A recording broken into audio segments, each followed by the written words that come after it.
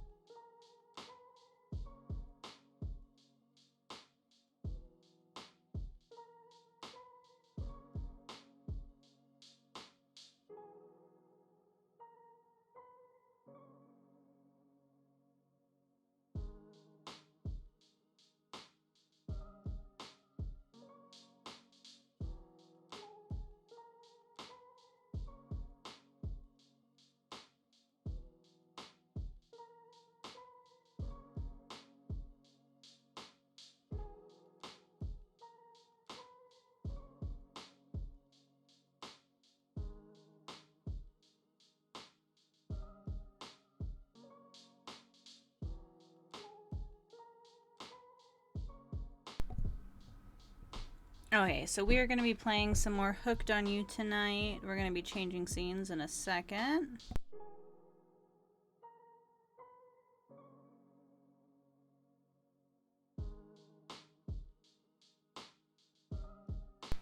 Welcome in, everyone. Welcome in. How's it going? So, we played this last Friday. I didn't end up streaming Wednesday, and I really wanted to. But, yeah, I just didn't end up doing it. I completely spaced it, completely forgot about it. So we're going to be starting a new game. And what we're going to be doing is we're going to be basically going through all of the little... We're going to be searching for the lore, finding the different little things that we didn't find the first time. And then, of course, going and exploring the other endings. So, one thing I really do regret not doing the first time was making saves right before I made a decision, which I could have done, and I had no... I didn't realize that I can save it, remember, until, like, I think the 5th decision in, so I was already, like, on the path before I realized that I was able to actually save. So we're gonna start it from the beginning, go through all the different pathways, see what happens, and, yeah. That's what I think we're gonna do. Explore it a bit. We're gonna do this one. Yes, overwrite this. Spider. Confirm.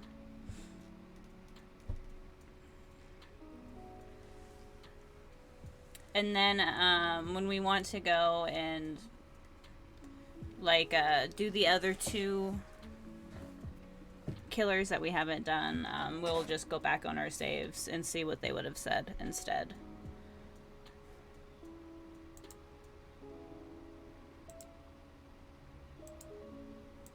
Okay, I'm gonna kind of skip most of this. Well, you really went down the wrong pipe, because we've already gone through this.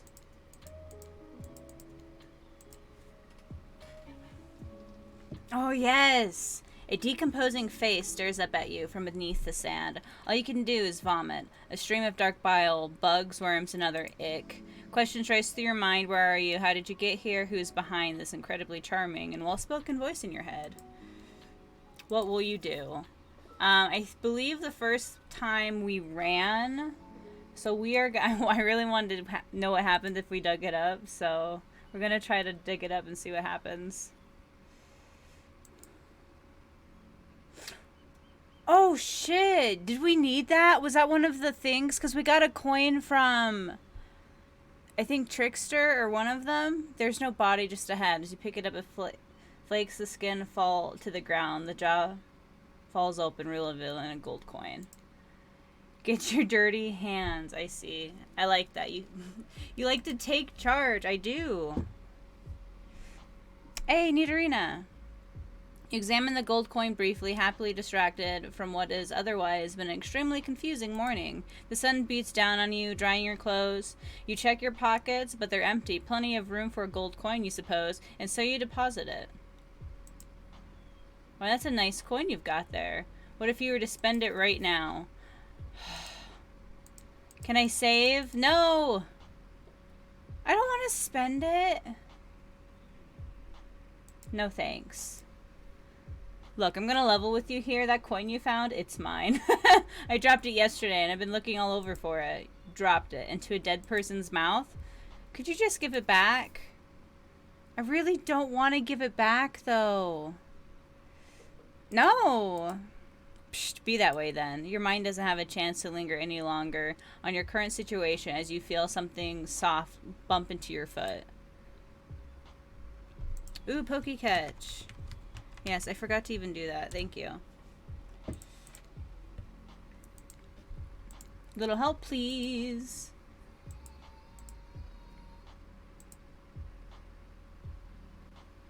Oh my goodness, I forgot. They go through the whole...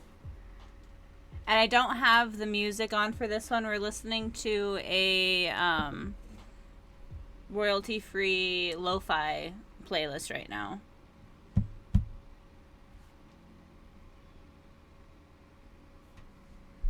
Ah, nobody caught it?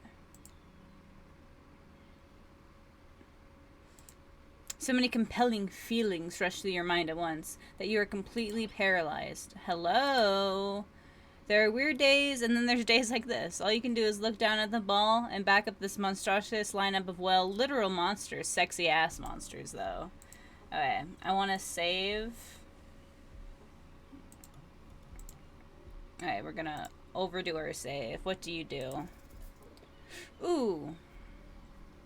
I think we're just gonna toss it back.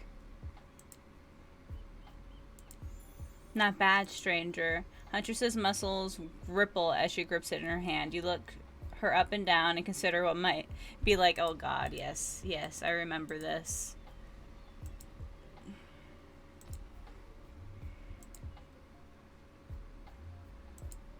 Don't be scared, Spider. You were made for this. I was. And then I completely banged the Huntress. It was great.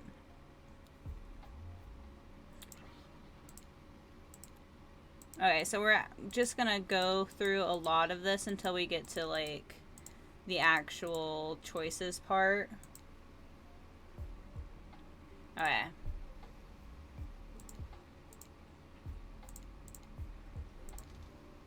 You know you can't. At least not yet. Yeah, not yet. Hey, Spider, you might want to, you know, say something. Actually, never mind. There'll be plenty of time for that soon enough. Right now, this group has some questions for you. But be warned, answer quickly and answer well. This is a time quiz and it'll be very important later. Very important.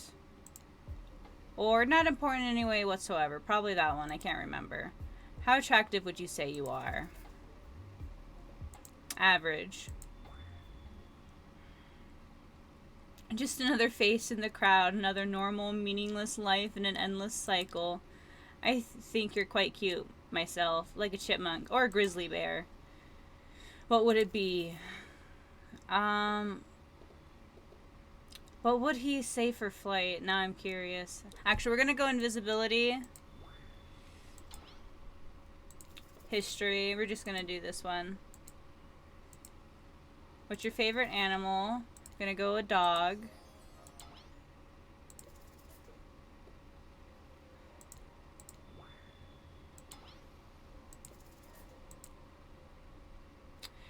We get to do what we really want. Why work at all? It takes a lot of courage to break from society's expectations to climb the ladder.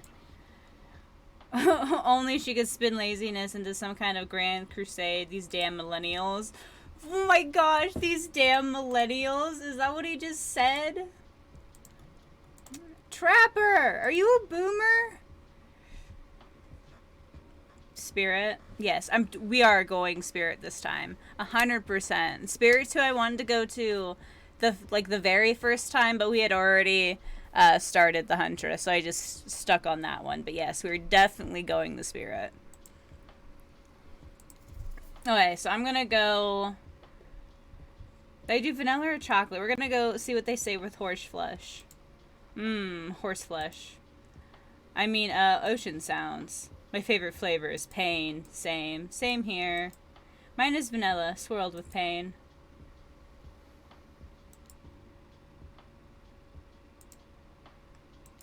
Okay. What's the best flavor of ice cream? Obviously, horse. No, obviously. Oh, okay. He's just gonna kill us again. I think you're gonna do just fine. Anywho, now that they know so much about you, I'm sure the group wants to start getting to know them. I'm a trapper, pretty much run things around here. I'm the smartest, richest, strongest person on this whole island. Yeah, you are. I don't like losers. If you want to know what a loser is, say hello to Wraith. I like nice people and loathe big dumb idiots. Same. Hey, what's up? I'm Spirit. I don't like most things. I really hate most things either. It's not worth my time, but the things I do hate, really hate, you know? Yes, actually, speaking of that, I literally just uploaded my most recent video on YouTube. Where's the doc? Stray number 3. We're on the second VOD for that, so I think we're gonna have maybe like 6 or 7 episodes, so we're almost halfway through the story on YouTube. So if you guys didn't get to see it in the live streams whatsoever, it is over on my YouTube and you guys can go check it out. It's honestly a really great game and I loved playing through it. Based on my personal observations, life is nothing but suffering, and society is carefully calculated lie to keep everyone subservient to those in power. It's better to choose just to not take part. Jeez, it's like she was downright murdered by society. She hates it so much. Oh wait, I'm remembering Spirit's story now. That's almost exactly what happened. Grow up. Grow a body. I've explained this 1,000 times. I'm dead. I'm not a literal ghost. I just created a trail of fog. I'm not made of it. You love it. Only sometimes.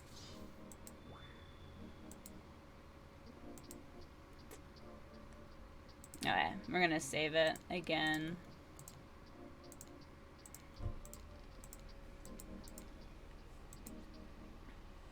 Wow, for once I actually agree with this meathead.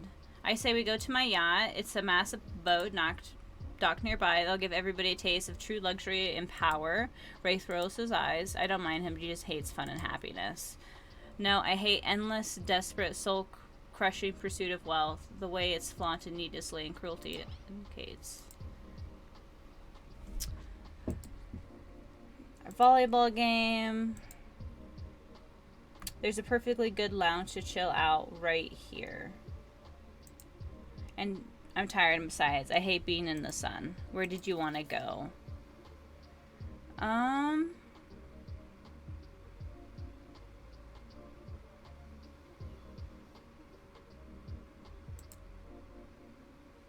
No, I didn't want to do that. Load. We're going back. I need to save right before that, because that's what I chose to last time, and that was Huntress.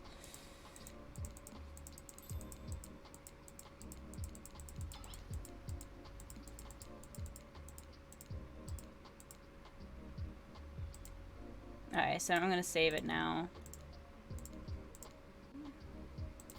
Okay, so we went to there. I believe this one... That one was Wraith.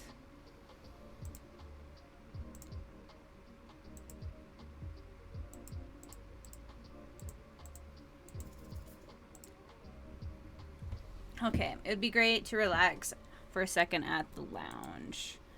To kick up your feet, look out over the ocean and relax on your own terms. Who'd want anything else? Dry, comfortable, enjoying a cool drink on a hot day. It's the best. I mean, what kind of fool, what kind of monster, what kind of mask-wearing psychopath would finally be granted a break from the constant grind of chasing and fighting to get ahead, and then choose to exert themselves in, quite frankly, any way whatsoever?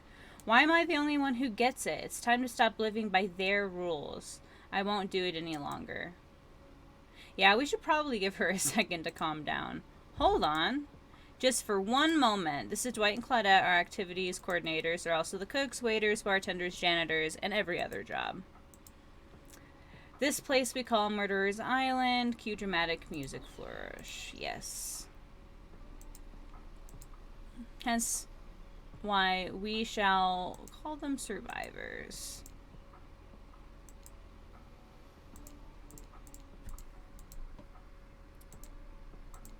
Those two, Claudette and Dwight, did they just start to mention something about wanting to escape? Is escape an option? Should I be trying to escape? Oh, right, that, yes. That's true, he was, but he just meant he wants to get onto the other vacation island getaway. A couple miles south of here has much fancier accommodations than this island. Yes, IP Island. Okay, so we are going to the lounge. Let's do it. Finally, freedom from the preposterous premise that the four of us would be engaged in some sort of thrilling 2-on-2 volleyball match. Spirit looks at you from beneath her gigantic sun hat. She takes a conspiratorial tone. I don't know whose idea of volleyball was in the first place, but I hate them. I tried to feign a sprained ankle, but everyone already knows I technically float above the ground, so nobody believed I was even putting any pressure on my joints in the first place. Then I tried to annoy everyone by not giving a crap. And when that didn't work, I tried whining. And when that didn't work, I threatened to kill every single person on this island. But it turns out I'm not the first to toss those kind of threats around on this island. So, thanks, I guess, for getting it called off. Oh, look how happy she is. Are we threatening to end each other again? Ah ha ha ha ha. Now it's Dwight who takes on a conspiratorial tone. His eyes shift as he sips into a loud whisper. Please, just make it quick. Is what you'll be saying when we get behind the bar to make you drink of your dreams. Ah. So what will you be having? Ooh. I kind of want a sangria, honestly. Something fruity but refreshing. Hold the coconut rum. A sangria, maybe? My pleasure. That sounds nice. We used to make drinks like that back home. Well, not we exactly. I watched someone drink a drink like that once. They looked happy. Now's your chance to be the one with the drink. What do you say? Is this some sort of juice for a child? Are there children hiding about? No, it's for adults. The kind who like, you know, tropical fun. Oh, I see. Huntress really seemed to perk up at the idea of kids being around and is bummed to hear that there aren't any. You'd kill them, Huntress! You would kill them! It's a bad idea! Not my cup of tea, but okay, sure. We can still use it for a toast, yeah? To new adventures. To new friends. To, Clink. Did you just say Clink? No. Oh my gosh, I love Wraith so much. We're doing Trapper last, okay? I don't care what any of you say in the chat. Trapper's gonna be last. It's gonna be last, okay? I love Trapper, but I hate Trapper in here.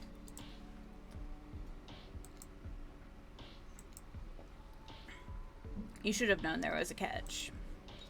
Icebreaker time. Oh, goodness.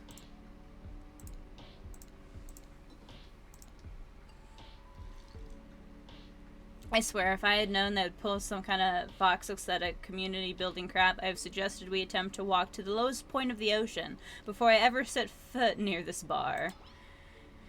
You don't think it could be kind of fun? A little fun? Never mind. I hate it. This sucks. But it could be fine, or whatever you say. Has anyone seen my hat? I've literally never seen him in a hat. If we must make small talk, I'm at least picking a topic before we end up being forced to do some lame improv game that nerds learn at their non-sports after-school activities that I definitely never did because I'm no nerd. I totally did that, Spirit, and that breaks my little nerdy heart, but that's okay. That is okay. Methinks a certain someone doth protest too much. Sitting here on this... That's actually hilarious. Sitting here on this beautiful Sunday afternoon, warm sand beneath the cool fog beneath my severed feet. The topic I choose is books. Novels, comics, fictions, or none. Reading is the only escape from the inescapable horror of life. The escape into your own mind. A groan rolls through the crowd. Not a lot of readers here, I'd imagine. Based on that response, they're much more enthusiastic about drinking. Considering the situation we're in, it seems an appropriate time to ask you. Spider. Ooh, Chingling. Pokecatch. Spider, what's your desert island book? The one book you'd bring with you if you were, well, on an island like this. Well...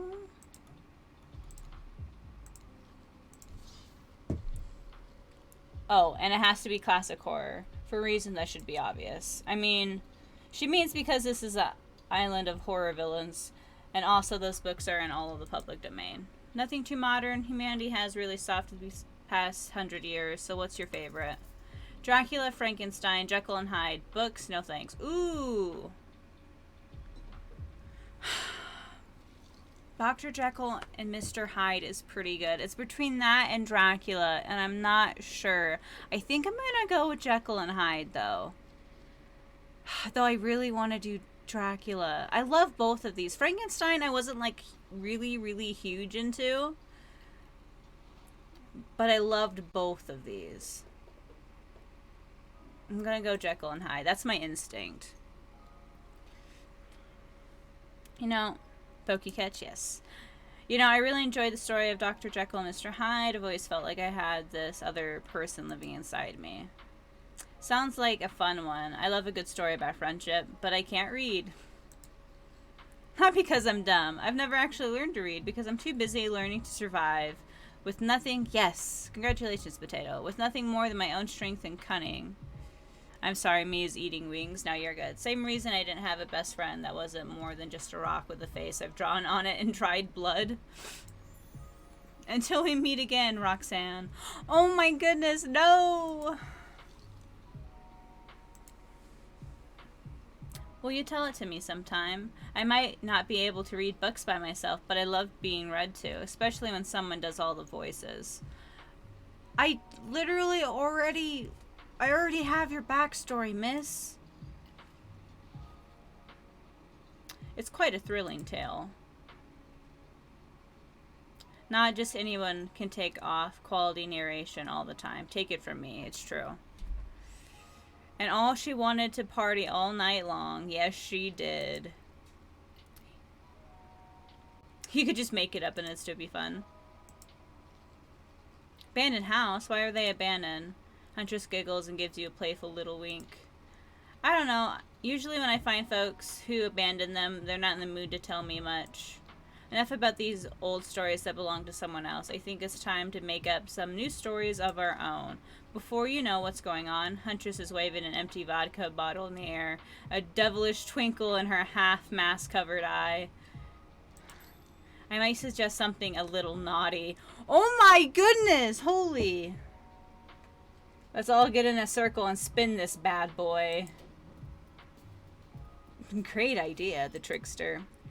Trickster, isn't it a bit late to introduce a new character? I thought I was the only one who gets to make the rules, so I'm not sure who I'm asking. I wasn't ready for this. Well, hello. And who is this new fan in the waiting? Beat it, hack. I don't know. What's the harm in inviting one more person to join the circle for our game? Spider, that's a bad idea. Oh, I can't stay. I was just saying it's a great idea. While also teasing a secret Trickster ending. I've got much, much better things to do than hang out here. I'm famous. Toodaloo. What? Is there actually a Trickster ending, guys? Look it up for me. What happens?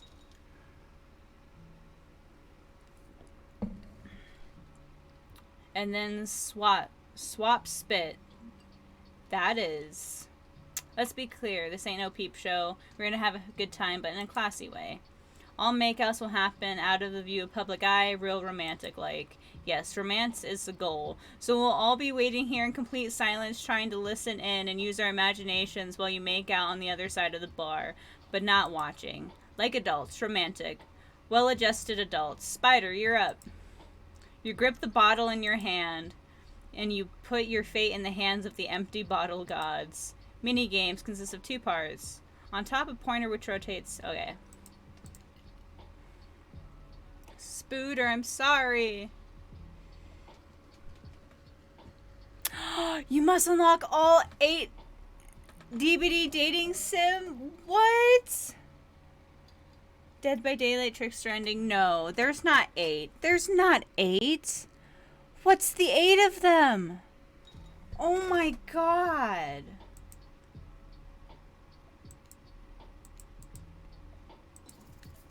I'm ready.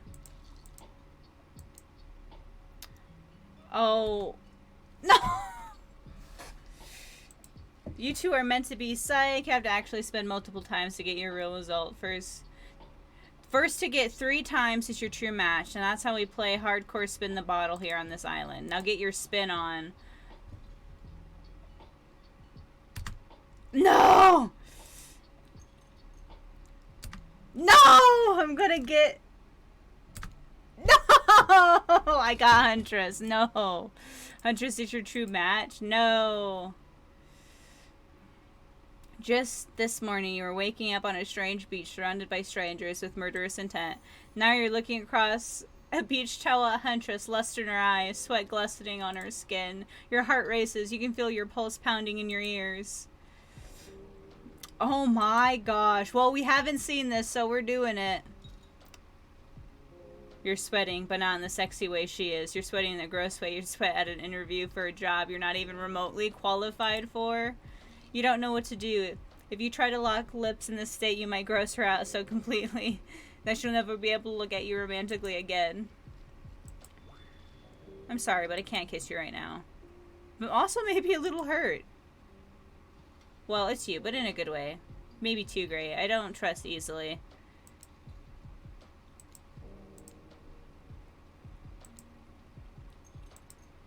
Oh, I like that.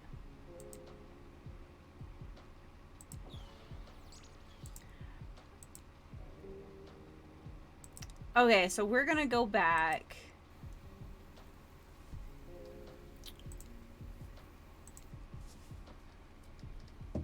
We're gonna see if we can... No, it auto-saved! Oh, it did, you bastard. All killers have 2 endings? What's the other ending for the... Oh, is it a bad ending where they kill you? Ooh. Oh, no. I don't want to go all the way back here, though. Good and bad? Okay. More like sad ending.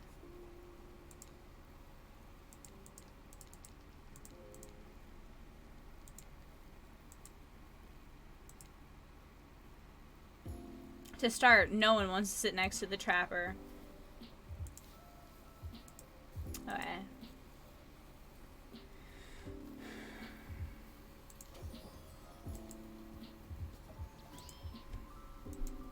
Alright, so we already saw this.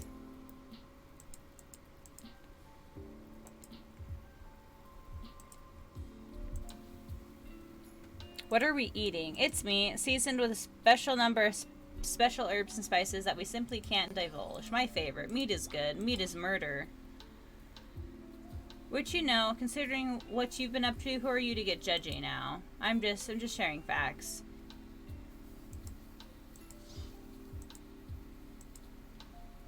It's got to be a person on that spit, right? Yeah, it's true. It's true.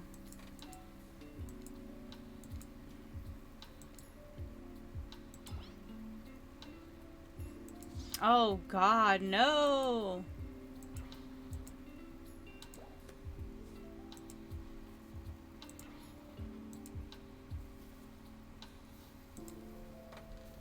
I hate how they frickin' put Felix in the food.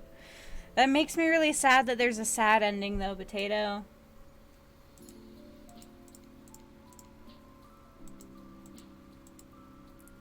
Okay.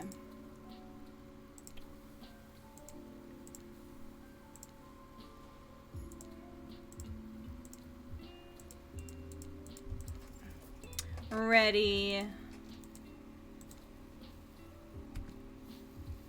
Ooh. Perfect. No.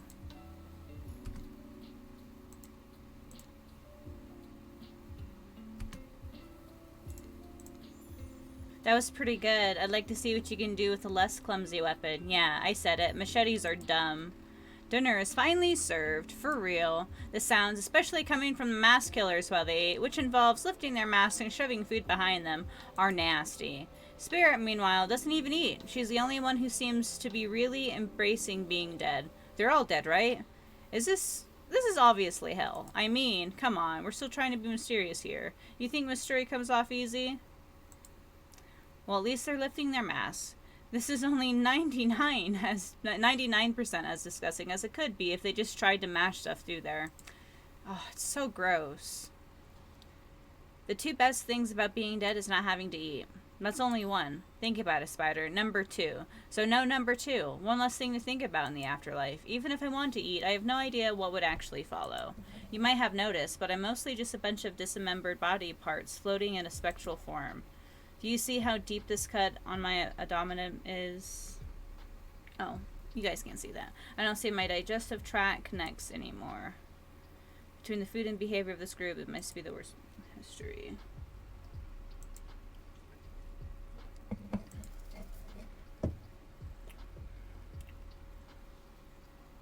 I'm just gonna say I'm sorry. Actually, it's not the food or the company. I'm just super self-conscious how I look when I eat. I was just pretending to be grossed out by dinner so I'd have an excuse not to chew in front of everyone. Sorry if that made things awkward. I'm actually extremely hungry. Yeah, watching people eat is gross, but try to relax and not worry what everyone thinks. It's so important to always remember people are watching you, judging you, definitely not ignoring you, right? Guys, is anyone listening to me? Typically a group that includes one of the more, if not more, cannibals staring at you with meat juice dripping from their chins would be quite scary. However, right now, you're barely able to keep your head up, let alone get scared and run away. I'm a narrator, not a physician, so please don't take this as medical advice, but I'm pretty sure you need to eat to stay alive. Oh hey, it's me again, your friend, mentor, and guide. Narrator to the narrator, the ocean. Not sure how I feel about that characterization, but I'll allow it. I brought you here, and I might be the only one who can help you now. There's only one thing you must do to survive, and you have to figure out why you're really here. No one can tell you, not unless you follow the right path, or at least a right path. There's too many of those to count. Hopefully you pick at least one of them. Because there are even more wrong paths, and many of them lead to your demise. Others lead to something even worse. Am I right? You are right.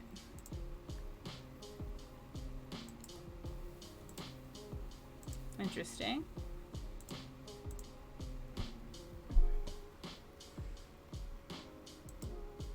Why are you here? Answer that and you'll learn the truth, the ultimate truth. Vague, mysterious. Gotta give it up to this ocean character. That's quality early game storytelling. Hold on, I'm back. One more piece of advice. You made many choices by now. Some of them I liked, some of them I did not. It's in your best interest to make more choices that I like. For the choices that might be yours to make, but they're mine to reward.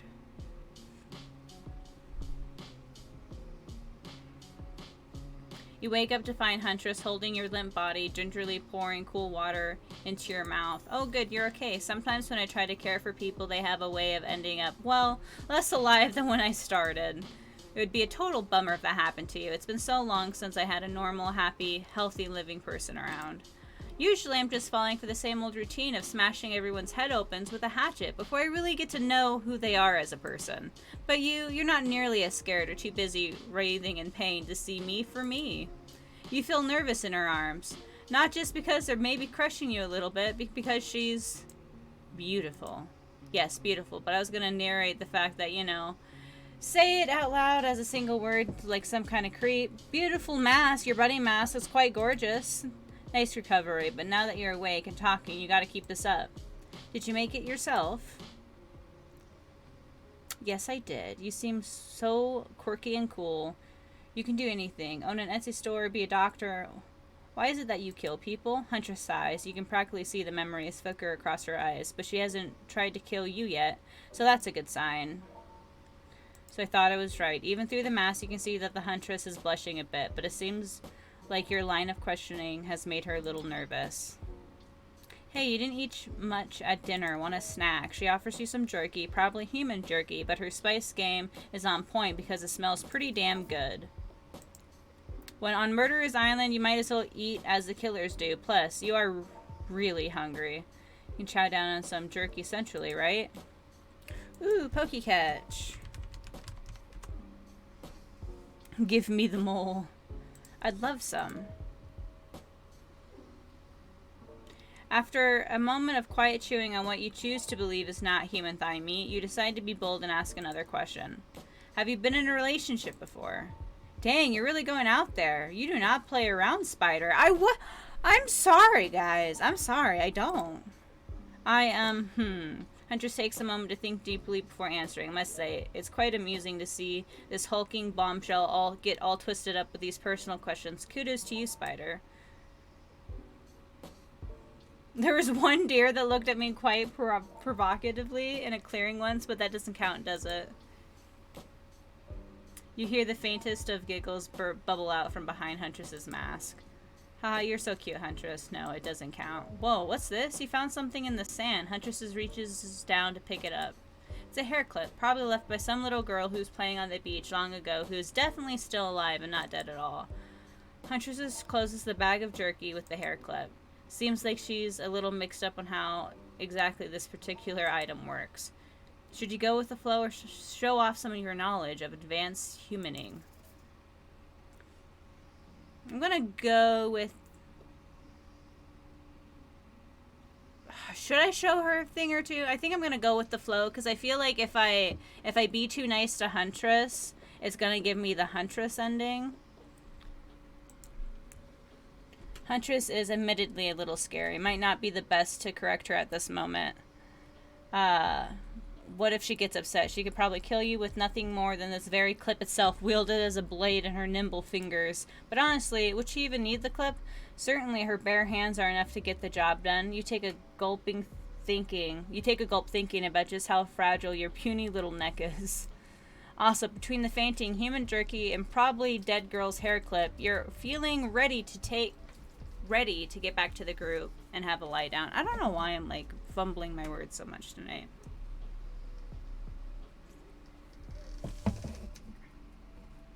Hello there, Nova. Give me a second.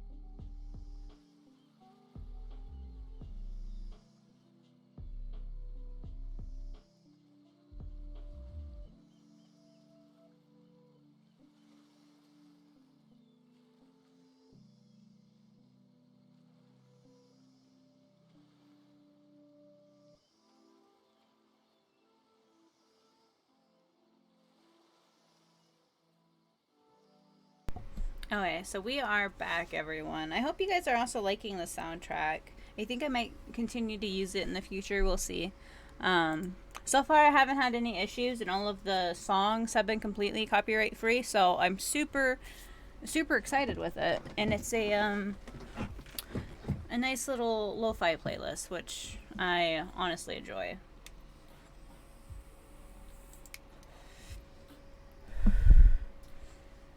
Good thinking. Wouldn't want the jerky to dry out. I hate to break this to you, but never mind. Just as things are really heating up, you hear a flurry of footsteps behind you, and you are quickly spun around, ready to fend off whatever new danger has popped up on the strange island, only to find that it's Dwight and Claudette. It's very important that we stick to the itinerary and attend each event as scheduled. Playing sick for cute flirt points was not part of this evening's activities. That's strictly slotted in for after campfire story time. At this rate, we'll be late. Playing sick? No, I was. No time for excuses. Well, there is, but that's scheduled for after what comes after the flirting. Go, go, go, go, go!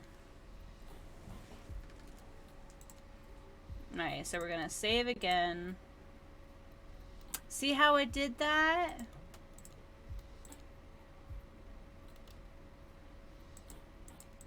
Okay, I'm gonna have to start using the top ones as well.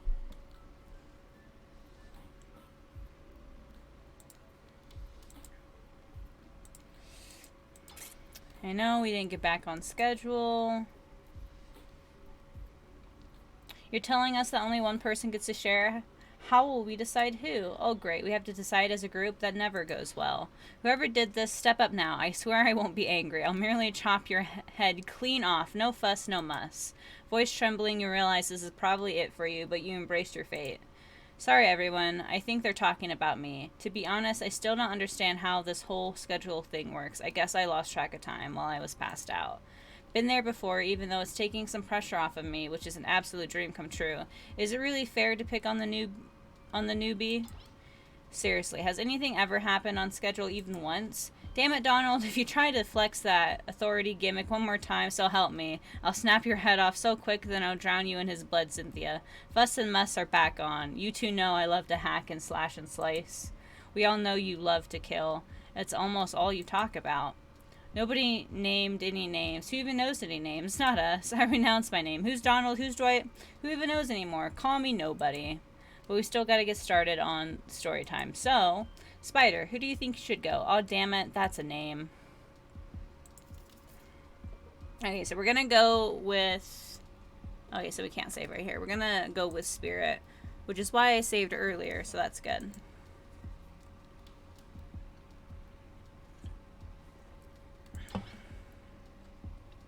Really? You want to hear from me? Spirit huffs and dramatically rolls her eyes as she gets to her feet in front of the campfire. Don't let her talk you out of it. She's great with ghost stories. I don't know where she gets it, but she comes up with the scariest stuff, seriously disturbing, even to me, and I literally pulled a guy's skull and spine out once with my bare hands. Talk about bullshit stories. If anyone else is going to chit-chat, guess I can sit down and... Huntress's eyes go red behind her mask, and both Trapper and Wraith take their seat. They know when it's worth fighting and when it's not. Ahem. Well, I hate to break it to you, but tonight's story isn't scary. It's a romance. Too late now, though. I was selected, so now I'm going to tell my story. I call it The Prisoner's Kiss. You notice that Huntress and Wraith are both sharing a giant tub of popcorn. Nobody offered you popcorn. It was a dark summer night. Hold on, we gotta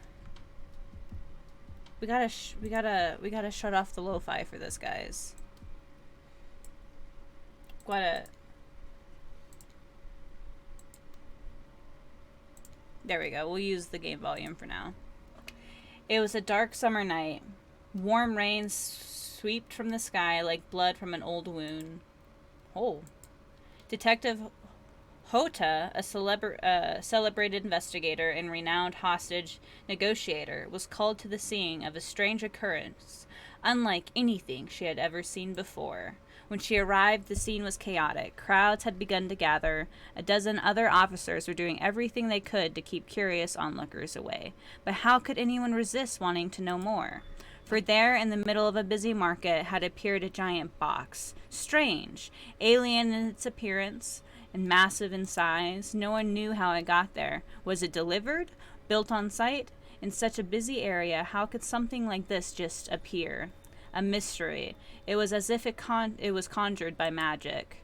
But this was no illusion. The huge box was very real, and someone was trapped inside. The spirit pauses her story to look from face to face of each audience member. She has no expression, but you feel her vibrating with energy. She's in her element. "Help me," cried someone inside the box. It was a man, terrified, trapped, imprisoned, his voice trembling. By now, it was as if every detective in the city was there, looking the strange structure up and down, inspecting it on every side. And it didn't make sense. There was no doors, no windows, no fasteners or seams. It was completely solid and much too heavy to move by hand. Okay. Stature. I actually found a grammar error here, and I did not expect that. Solid, that is, except for a single small slit, just enough to see the bloodshot eyes of a prisoner trapped inside. I don't know what happened. I woke up and here I was. I'm so scared. Please help me, cried the man, as if pleading for his life. No stranger to tense situations, Detective Hota comforted the man. She used her training to calm him down and buy time for the other investigators.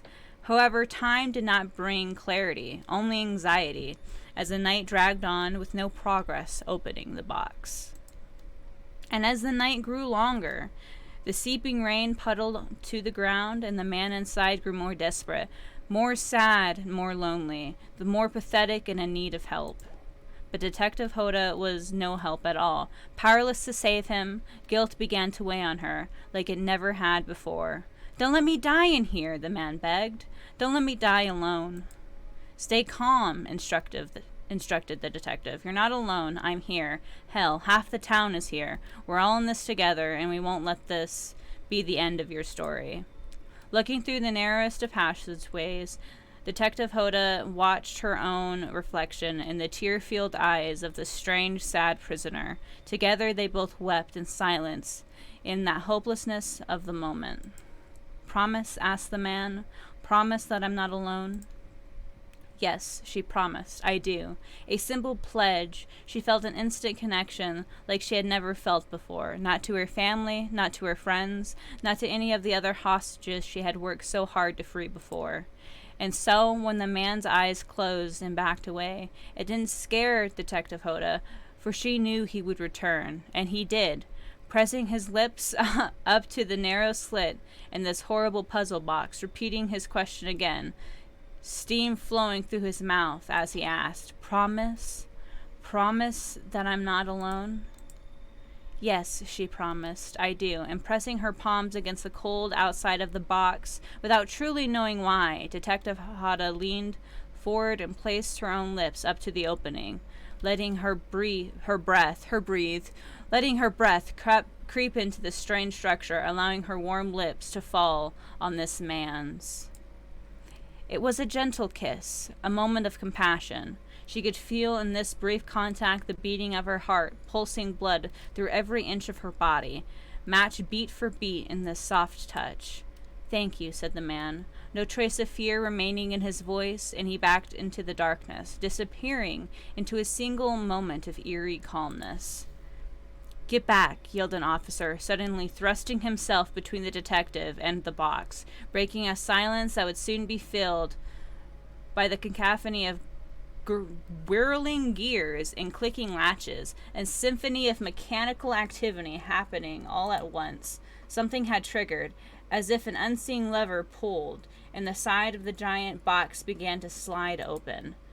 Detective Hoda gripped her flashlight tightly and pressed forward into the foggy interior of the giant box.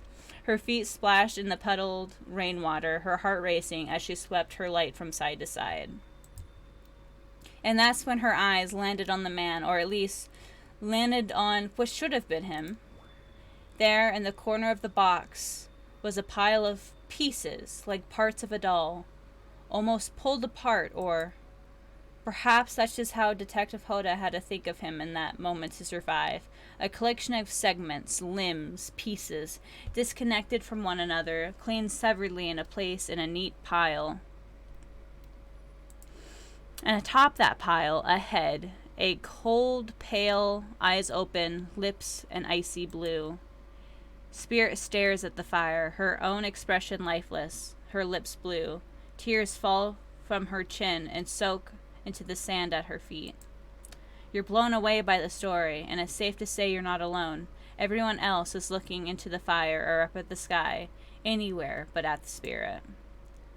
It was you who chose her, you who initiated this harrowing tale, so sad, so creepy, so sensual?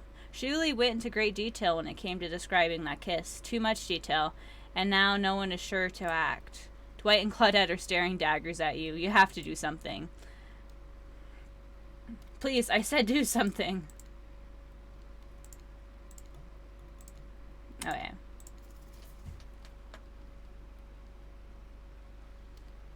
Oh, cool story.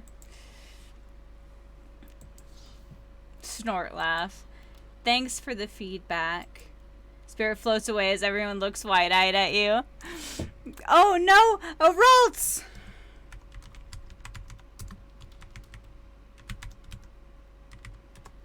Okay. I just wanted to see what she would say if I did that.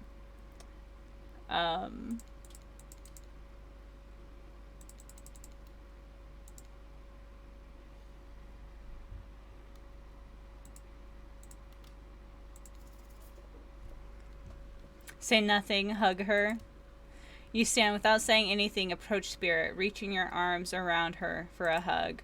Her robe, hovering in the air, begins to wrap itself around you and squeeze you into her. It's kind of like being hugged back, but also like being tied up. It's certainly not what you expected.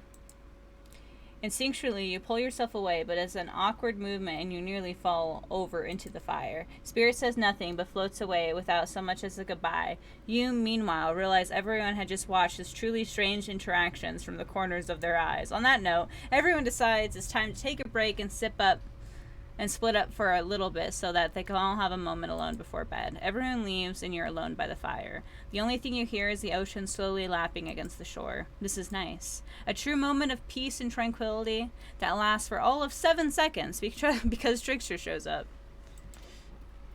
Mind if I join you?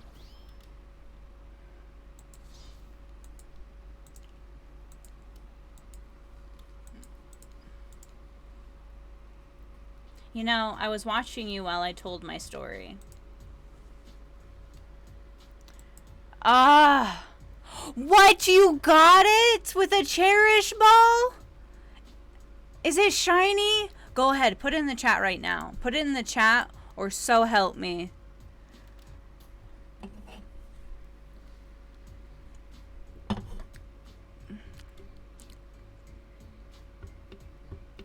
Potato. No, it is not. No. Oh, damn it. That's so close. I'm out of Dr. Pepper. I think I'm going to go get myself another one. I'm not going to do an ad break because I did one when Nova hopped in. So I'm just going to go real quick. I might actually just shut my camera off and just go head there. So, and then we will continue on with the sports ending. I don't know why I'm having like such issues lately. Like, I've been noticing more and more that I'm having trouble with my words, and I'm always like flip-flopping them.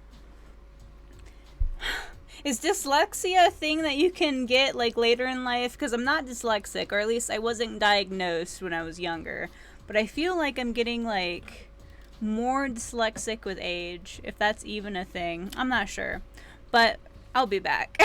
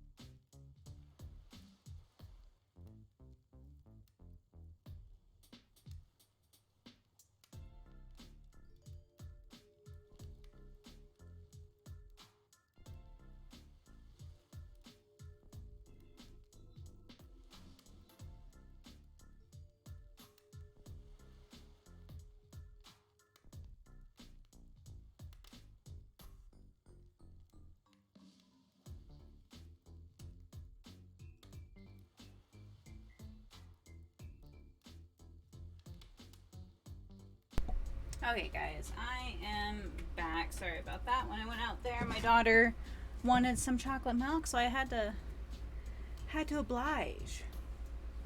I'm also putting my hair up right now. It's super, super hot in our house, and I didn't realize that our AC in the hallway wasn't on, so that would explain why I'm getting super hot all of a sudden. So I'm gonna have to put my hair up. And then I grabbed my drink like I said I was going to. I got a Pepsi Nitro. That's what that big little bubble burst was. Oh, I guess we're doing ASMR. I don't know if you guys can hear that, but if you can, I apologize.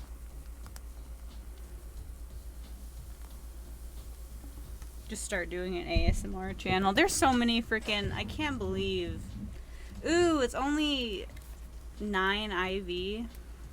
That's not good potato.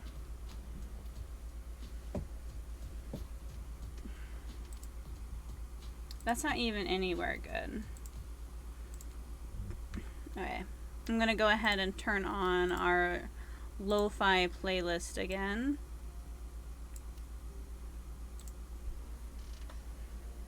So it's not the same music over and over and over again. I'm also gonna take a hit. I could tell it was having an effect on you, apparently.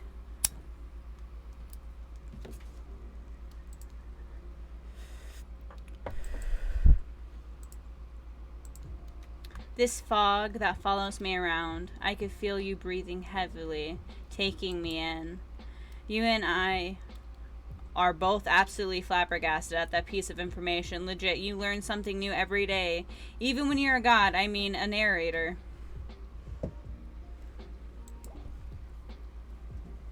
You're doing it again, right now. You need to calm down. You should come to the hot tub with me. Oh, she's blushing. Oh my goodness. Dipping in hot tubs with the spirit, you've come a long way in a single day. I'm not saying you shouldn't follow her and offer like that. Just don't forget our little talk. You and your storyteller friend slip into the water. It's just the right temperature for an evening dip. Plus, if some jealous shark comes along and manages to jump from the ocean into a pool, you're also pretty sure your killer companion can handle it. I just want to be totally clear, even though that story bore some similarities to my life, it was not about me in any way, shape, or form. Not symbolically, not metaphorically, not any other ickily. I believe you completely. Sure, you were cut into pieces in your life, and so was the person in the story. A perfectly normal coincidence. Sure, you're on this island, trapped, one might say, in a most puzzling place. Also, a completely regular experience. And sure, his lips were blue. Your lips are blue.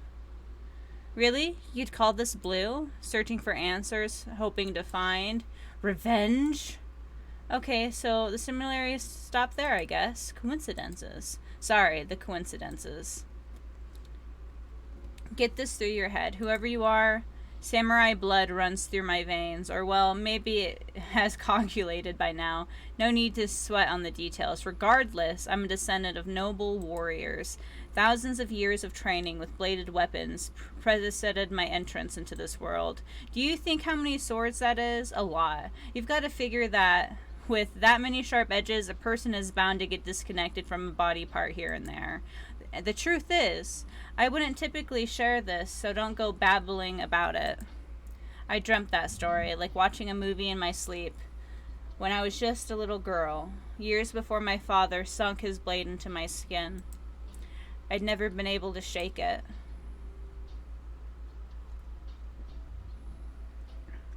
That's a very adult story for a child to dream. Do you believe me? I think I do, actually, because I've had like a lot of dreams in my childhood that totally made no sense to me as a kid, but like thinking back on a lot of the things in the symbology, it 100% makes sense. So yes, I do. I know we just yet. I know we just met, but yes, I do believe you. The way you told that story, it clearly came from someplace deep. Fool. Who taught you to trust a stranger? You're going to get hurt if you don't learn to take better care of yourself.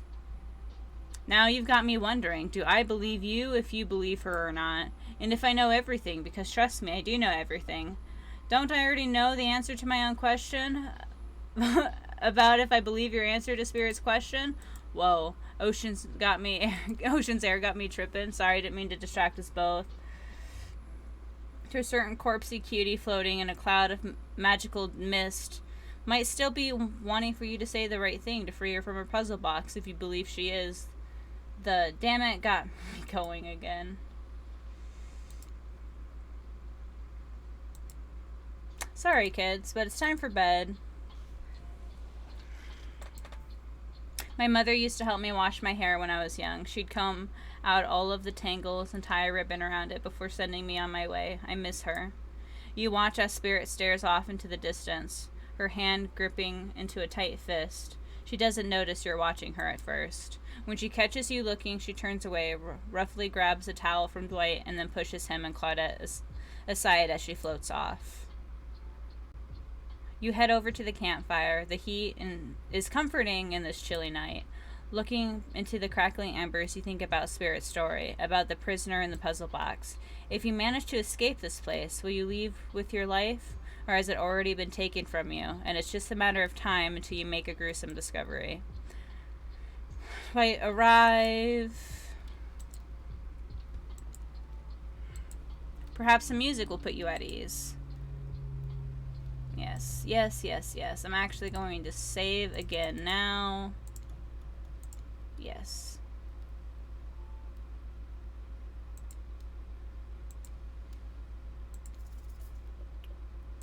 Ready.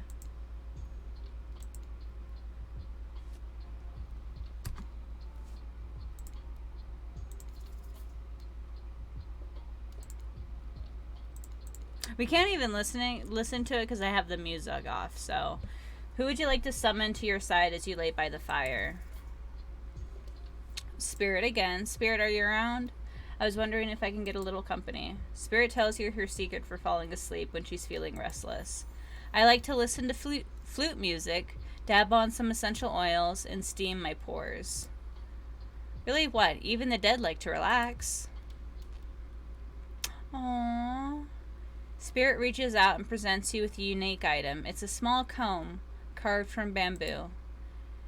I guess you could hold on to this. It was a gift from my mother. I will want it back, though, and if you lose it, well, you'll get your revenge on me. If it's the last thing I do. You finally start to feel sleepy, except maybe this isn't really a sleepy feeling. Maybe you're paralyzed. You try to keep your eyes open, but you can't. Darkness overtakes you. A dark voice from earlier speaks to you again. It doesn't... I'm gonna go like this. It shouldn't still be as spooky. By now you've had a whole day of strange voices in your head, but this one is still undeniably odd. The human body is made up of 90% water. Did you know that? Of course you did. Everyone knows that, even video game protagonists. Well, guess what? Drink as much as you'd like. You'll never get to 100%. You hear me? Don't think I don't see what you're up to. You'll awake suddenly to see someone looming over you. Trapper is sitting beside you, sketching a portrait. Oh, you're awake. I saw you with the spirit right before bedtime. You should know. They're not what they seem. Not like me, who is obviously completely honest and trustworthy. I was checking to make sure you won't be sleeping near one of my... Actually, never mind. Just be careful where you sit. But since I'm here, I like to share 2 things with you. 1, I do not take rejection well. 2, the first thing is very important to remember. Were you drawing me? Trapper doesn't answer. You weren't drawing stink lines radiating out of me, are you? Still nothing from Trapper. Look, I'm not an easy guy to get along with, but I'm an easy guy to spend time with. That will make sense if you choose to spend time with me tomorrow. The rest of this scum live like rats. They wouldn't know a good time if I bit them on the ass. I mean that literally. Ooh!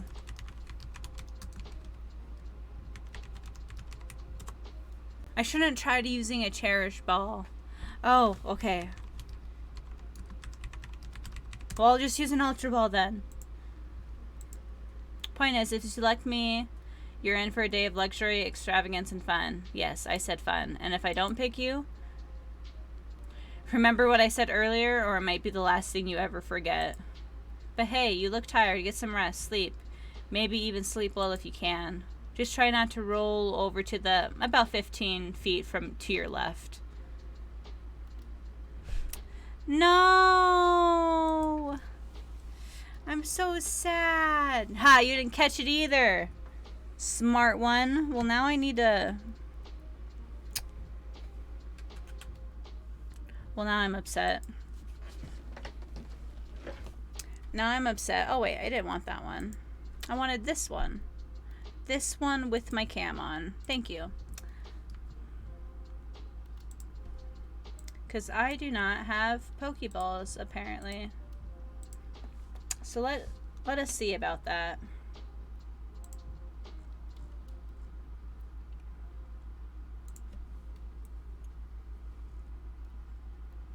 Ooh. I still have 10 Pokeballs, 11 Great Balls. I don't have any Ultra Balls, though. Healer, everybody. Healer.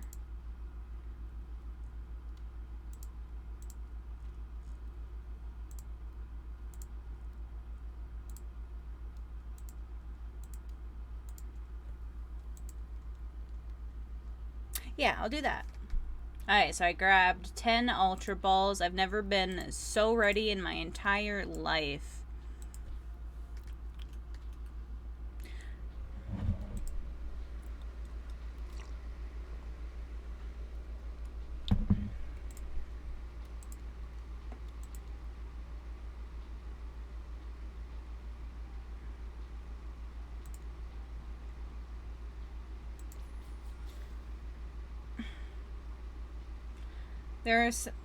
These were some of my first interactions with someone who isn't a parent that didn't end in bloodshed and ultimately perish in my Russian cottage. So I'm counting today as a win no matter what happens. What do I think of the newcomer? I have to say, oh, I do. Okay, attractive, mysterious. I really don't know that many other words since I was raised by my mom. Meanwhile, Spirit is just screaming all the time. Major buzzkill. And Trapper, oof, where do I even begin with Trapper?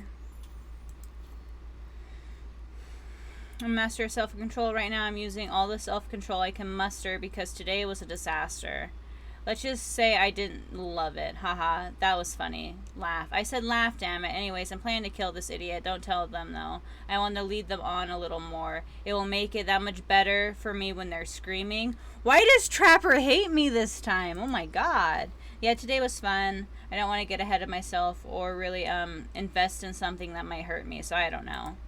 Maybe we'll just see how it goes. Or maybe they'll realize I'm not the one for them. They seem pretty smart, so that's probably what'll happen. I've got to learn to go easier on myself. Who can love me if I can't love myself? I know that everyone thinks of me as a beautiful, cold-blooded monster. I can't help it. Circulating just isn't my thing. I don't choose to be cold. This cute hat and robe, okay? Those are a choice, sure. If someone were to come around and capture my heart, at least that beats being stabbed in it. Besides, if I'm gonna get bloody revenge on society that has used me and thrown me away, maybe it wouldn't hurt to have a little help. Aww. You open your eyes, sun is shining, there's not a cloud in the sky, and you feel great, totally well rested. You're not even suspicious of the fact that you fell asleep by the campfire, but woke up several yards down the beach. Wait, you are on vacation. Was yesterday nothing more than a strange dream? No, not a dream.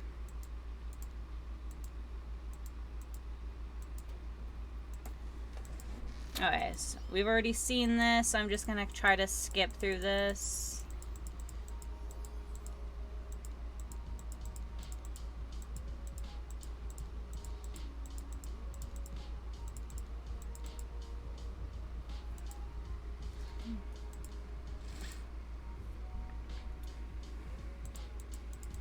Okay, so I already... Sad, really?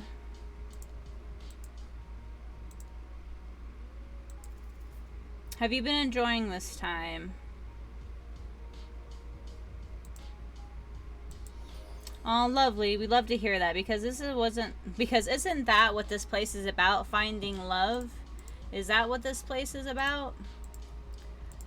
I didn't get that in the intro. Shut up, Dwight. You'll get us all killed again and again. We need to ask you one more question, though. We all had to sign away our rights. Yes. Actually, we're gonna go back. I want to know what happens if I say no. I want to know.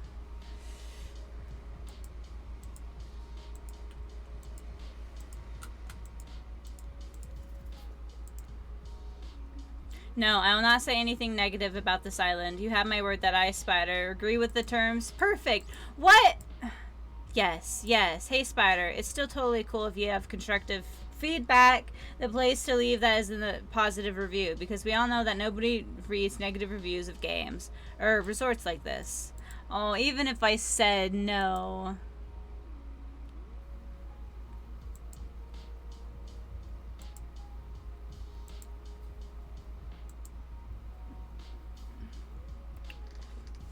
Trapper stands up to talk about how his day went, in case anyone was wondering. Personally, I wasn't.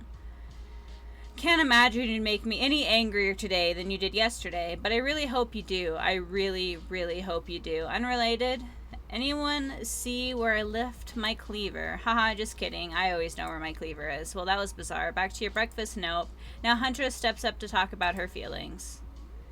I'm open to all the possibilities that the strange island has in store.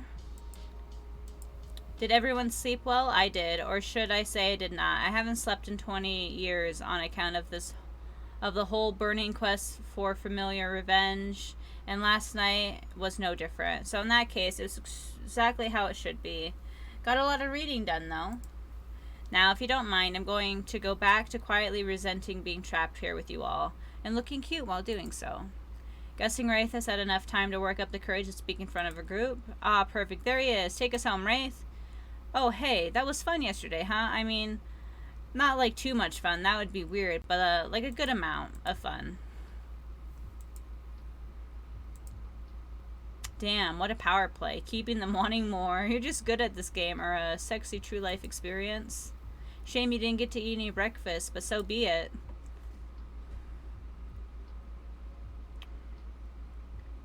After breakfast, you head to the hot tub by yourself to clear your head. Yesterday was, in short, a lot. Before you get there, though, something catches your attention.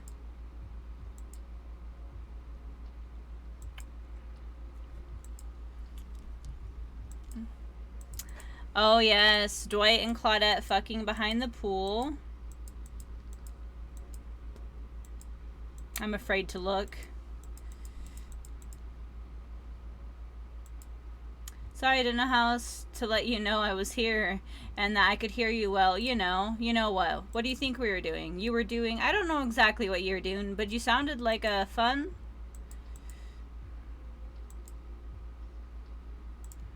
Makes sense to me. You don't have to laugh that hard, they get it. My life is a nightmare, and yet somehow it's never been worse than right now. Let's go, lover boy.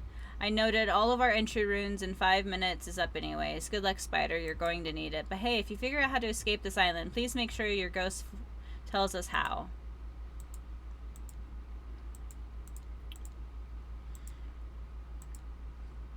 Today you're on a date with you. Oh, I like that. I want to be on a date with me. Who would make the first move? And aside from that disturbing thought, all is going to plan until a shadow blocks your precious sun. Spiky tipped like a palm tree is bending over to screw with you. But it's no tree at all. It's... Hey, babe.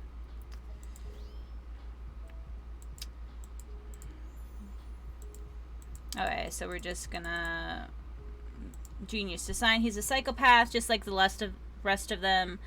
You don't gotta give him anything, and we're not his best friend. Just because we had a little talk about doing a little talking, it's not an open invitation to go smashing the fourth wall every 5 seconds. Okay, now that the guy is gone, we've got some groundbreaking rules established that we're definitely going to abide by. It's time to lay back, take some deep breaths, and nope, another shadow. These people will not leave you alone.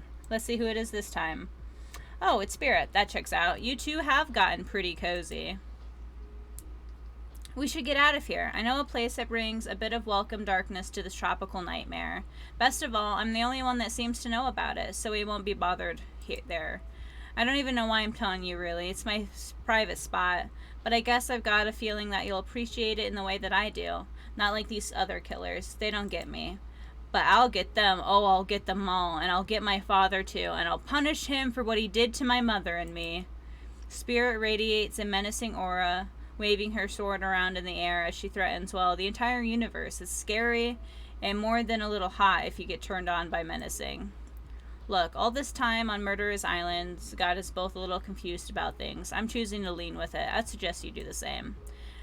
I've seen her get mad, which is probably enough to scare you into compliance, but you've also seen that there's a more sensitive side hiding within her. Which do you think will win out? You consider her offer, but before you can decide if you want to go off with Spirit, the Huntress interjects. She seems cool, actually. I think if we weren't friends on this island, vying against each other for your attention, we might actually be friends. We might have something, though, you and I. Couldn't let you go off to her goth lighthouse without speaking at first. Yeah, I know her secret spot. I see everything through the holes in this adorable mask. So, my offer stands. We can still hang out today. Plenty of room at my cabin, wink wink. It's pretty cute the Huntress thinks she has to say wink wink out loud. The mask barely even hides her face. Tough choice. You weigh your options quickly because you can only go with one date today. Well, since you have to put it like that. And you also don't want to be hacked into pieces for saying the wrong thing. It's always good to remember that those are all cold-blooded killers. But you know what they say. When life gives you lemons, you make lemonade. And then die a horrible, wrenching, writhing death after drinking it because lemons were poisoned all along. Sorry, this island has really got me tilted. So who will it be? I gotta go with Spirit. You've made the correct decision, but know this. Just because you picked me doesn't mean I'm going to slobber all over you like a dog, understand? Oh my, look at this pose. Well, of course, You've still got a lot to prove to me, and I want to believe that our connection is real, but I've been hurt before, literally, with a katana. A katana that I now wield in spectral form, you feel me? Because you will feel me if you try any of that macho trapper crap. Yeah, I feel you. Before you ask Claudette and Dwight to clarify, and I'll just let you know that yes, it is too late to change your answer now. Achievement unlocked. Yes. You and Spirit arrive at the coast overlooking the Black Lighthouse. It's old, decrepit, but still impressive. There's something magnetic about it. And you can see why Spirit would be drawn to such a place. You look Spirit up and down and notice that she's wearing all black, just like the Lighthouse. The Lighthouse. The Lighthouse, oh my god, guys. I'm gonna lose it.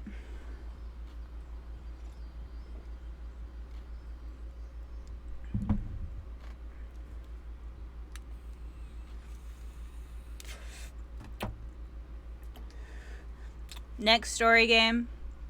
I might just like quietly play it. Fuck. Is black your favorite color? It's one of mine. Black isn't really a color at all. It's the absence of color. It's a void. Lol. I'm sorry. Like, oh my gosh. Like, I think I was having like similar issues with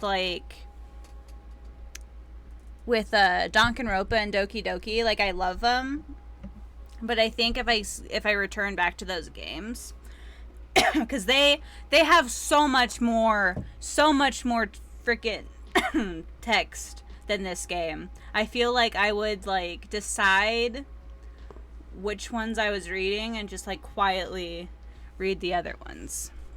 Pokecatch. And I apologize for the coughing. I took a hit, and that is why I'm coughing so bad right now. Ooh, my phone's dying. That's no good.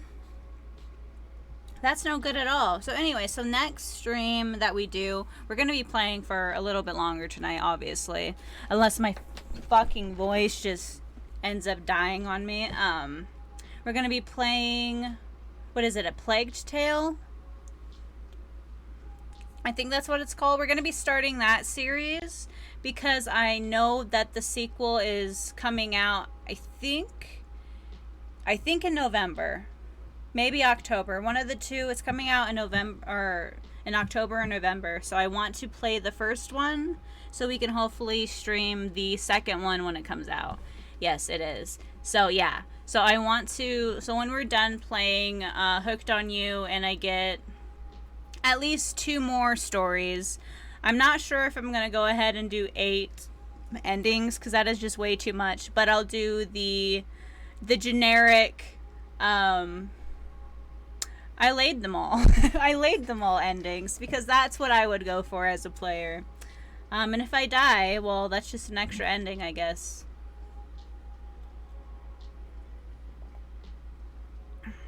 And this is true. Black is the absence of color. It's a void. Like a black hole. A place that swallows light. A dying star. Damn. Now that's dark.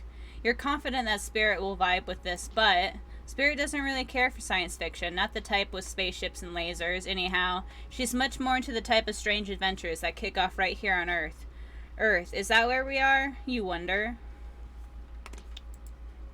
The lapping waves on the shore of the coast set a romantic tone. The fog that surrounds Spirit everywhere she goes blends perfectly with the mist rolling up over the rocky shoreline. She's at one with this place, and so are you. This actually sounds really nice. The piece doesn't last too long, however, as the lighthouse lets out an eerie howl like a monster dying. A spiral black light stretches out across the sky. The Spirit has to yell at you just to be heard. Oh yeah, it does that. The light and the sound recede, and the two of you sit in silence. Spirit lays a towel down and then pats it gently. Clearly she wants your company, so you oblige. Oblige. When you oblige. When you do, she takes out some sunscreen and hands it to you. You're not exactly sure what to do. Is this an invitation to get a little hands-on action, or what else could it be? I'm gonna just say thanks. Thanks. I forgot to bring my own when I lost my memory and fell into the ocean. No problem. I figured as much. Spirit turns away while you lather lotion all over your body. You need any help reaching those difficult spots? Oh my. You see a hand float around your back. Oh, sure, why not? Sure, why not? Spirit's hand on your back is cold ice, but she has a soft touch. When she's done, she takes care of herself. You watch as Spirit applies sunscreen to herself in the most unique way, by floating her own hand around her back to spread it on.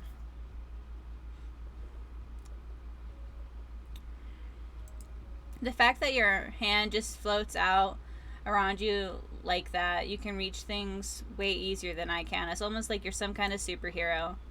I'm glad you get a kick out of it, but floating severed limbs isn't exactly the type of superpower you think to wish for as a kid. I'd much rather be able to read minds than I'd be able to understand why some people act the way they do. That is true. Should I apologize? Tell her you're actually jealous? Ooh. What should I go with?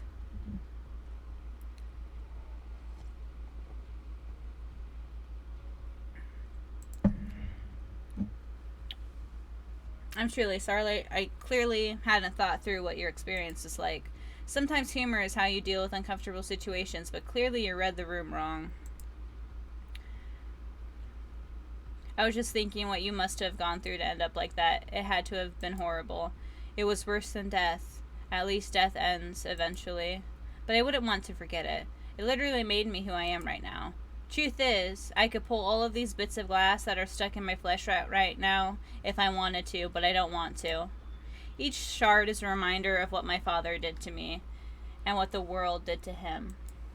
That's why I refuse to play the universe's game. I hate the idea that I'll be forced to succumb to pressure the way that he did in the end. The way that fear and anger filled him up and then came bursting out. The way his misery flooded our home and drowned us all. Sheesh. It's hard to think about revenge. The dragon inside me. It's doing to me what the world did to him. I have to fight it. Even though it gives me strength, I must maintain control. You're stronger than he ever was, I'm sure of it. I appreciate that, Spider. I suppose a little help isn't a bad thing. In life, in love, this world is a lot to endure alone. Maybe I can use a little assistance reaching my delicate toes for a bit of lotion. You know, having your body contort into these vengeful poses really does a number on my joints. It rubs the lotion on its skin!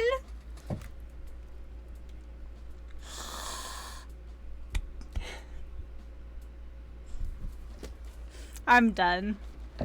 Enough of this game. Enough of this game. Oh my god, they made that joke! Oh.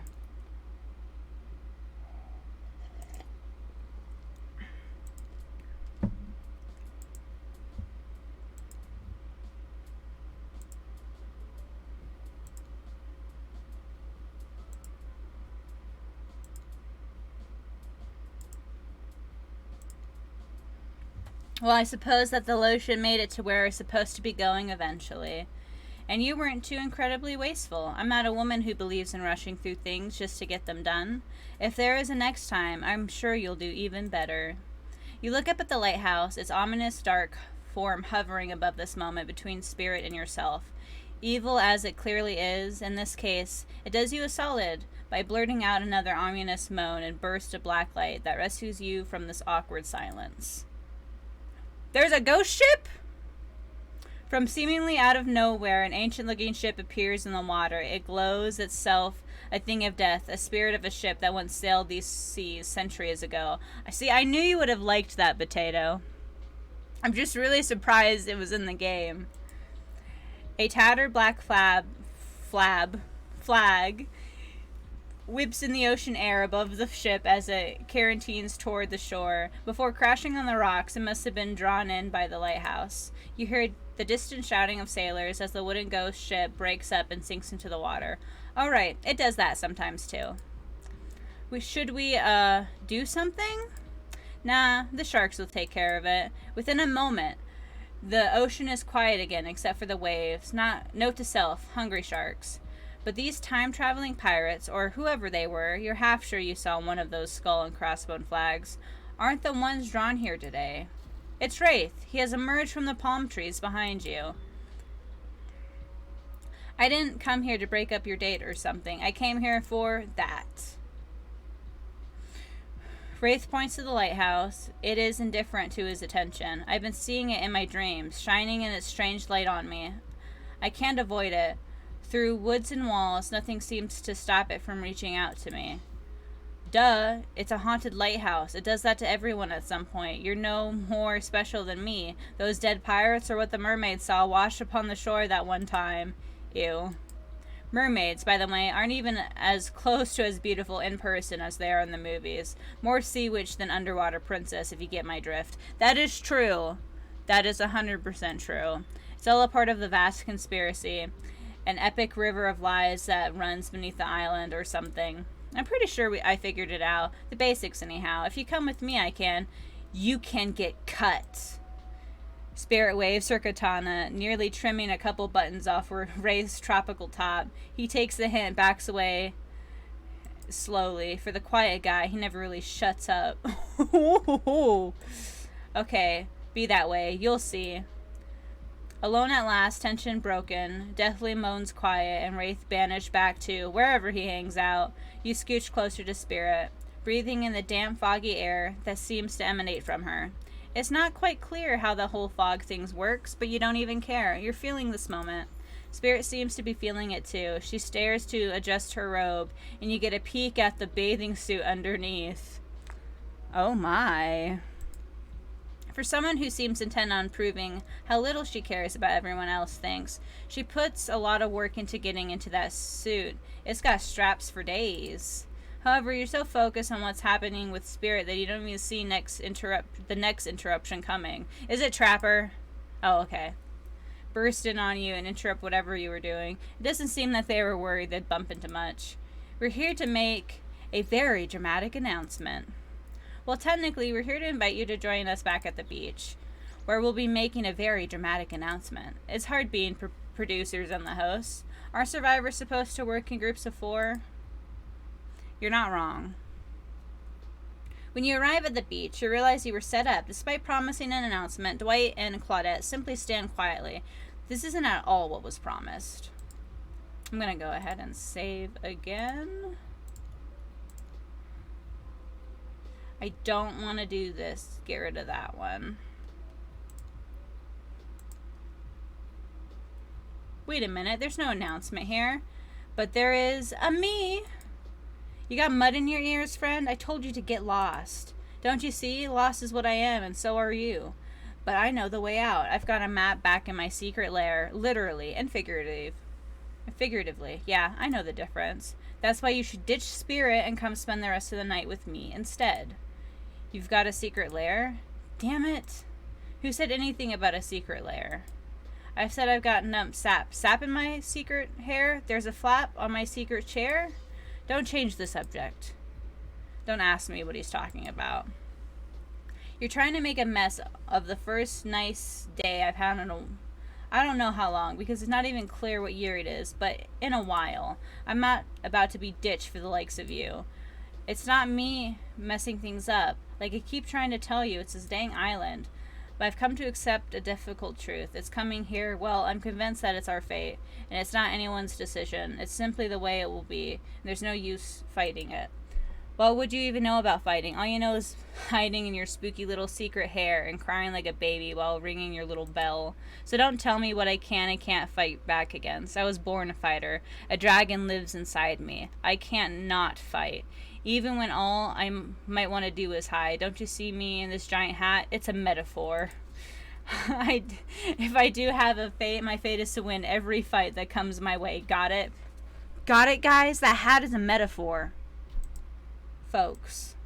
Oh, you hide. I've seen you hide. And you do your phase walking routine. What do you call that? It's basically cloaking. And we all know what cloaking is, the type of hiding, folks. You cloak. I don't cloak. I'm not a cloaker. I phase walk out in the open. You just can't see me.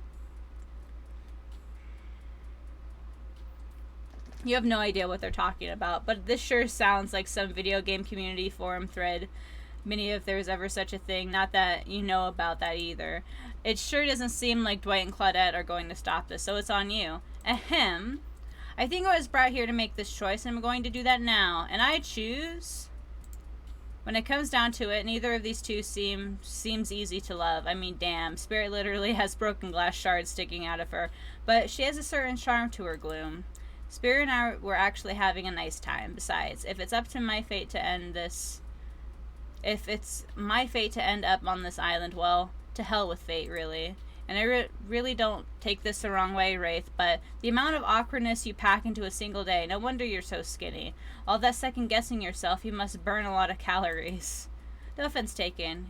Yeah, okay, it's true. I can be a little awkward, I guess, sometimes. Right, I'm going to stick with Spirit. Spirit breathes a sigh of relief. I've got enough revenging to do without having to kill you and Wraith, too.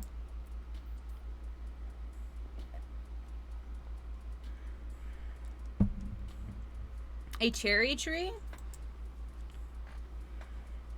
It's just a small sapling, but has begun to sprout flowers.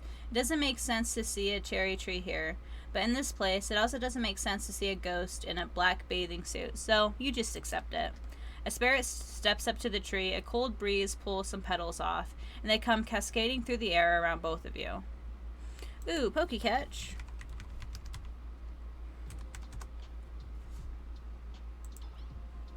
Do you know the meaning of the cherry blossom? They're beautiful. They're also quite symbolic. Of course, like all good symbols, their meaning is pretty complicated. What do they mean to you? For many people, being among cherry blossoms is like being at the celebration of life. People travel great distances to be near their vibrant beauty. However, as beautiful as they might be, they aren't magical. They're simply flowers. They quickly die and fade away, and for this reason they're also a symbol of the fleeting nature of life, of our fragile mortality. In a way, it's the specter of looming death that calls attention to this special moment, to see and appreciate life. How does that duality make you feel, Spider? Empowered, frustrated, unsure. I think we're all gonna die someday anyways. And I don't think I would be any more afraid of death, like, in my future than I am now. So I'm just gonna say empowered.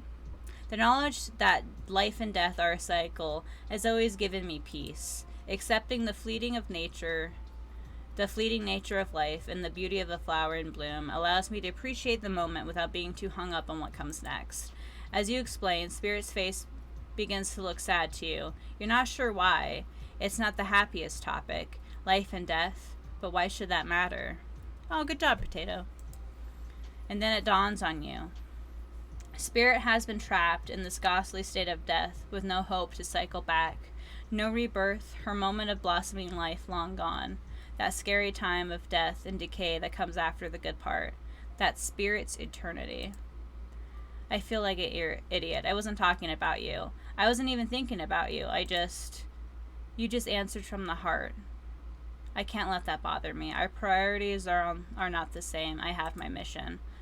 Once the fallen cherry blossoms represented the souls of samurai warriors, those with noble characters, those who did not fear death, those who were killed in the greatest sacrifice to honor their emperor. Their lives were short, but their purpose gave them beauty. Those warriors saw death coming, but they never despaired. They stood and faced it. They held their swords and struck down their fear.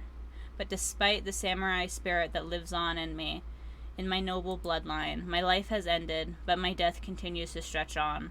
The cycle is frozen. This cherry tree, it's not real. Though its petals fall, they soon replenish. As if it were installed here by someone. You watch as Spirit chooses her words carefully. By something with no respect for the balance of life or death. We're sorry to interrupt. You know we don't believe you, right? Yep. But this time we've got really good reason. This has nothing to do with us being manipulated by some unseen force, because that's definitely not happening. Nobody accused you of that, but okay. It's time for dinner, silly. Get it while it's hot. I guess it's time to go or whatever. Thanks for spending some time with me today. I enjoyed it. Me too. Aww. What a fun day you've been having. I can see it written all over your face. You're shining. And that's just not the remaining anxious sweat from spending an afternoon courting a psycho killer. No, you're really feeling this whole romantic experience. Don't worry. I'll keep your dirty little secrets. Okay.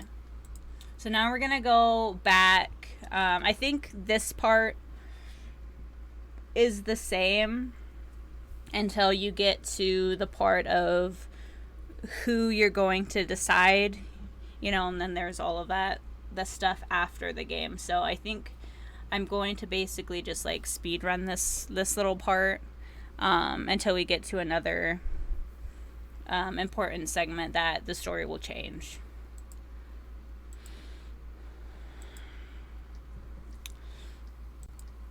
I like broccoli. It gives me horrible gas. Oh, I don't like that.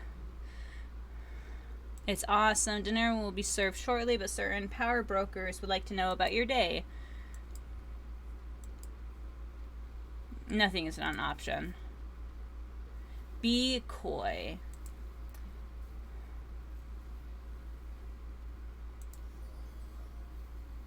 I couldn't have not said anything of value better myself. Spirit is clearly happy with the way you portrayed your day. No surprise. She doesn't like people getting into her business. Dwight and Claudette bring out dinner. Everyone eats in silence. No one trusts anyone now, and they're all very tired. Oh, wait. No, sorry. That's a dreary supernatural horror thriller set in Antarctica. Not a charming parody dating sim set in an undisclosed tropical paradise. Bon appetit.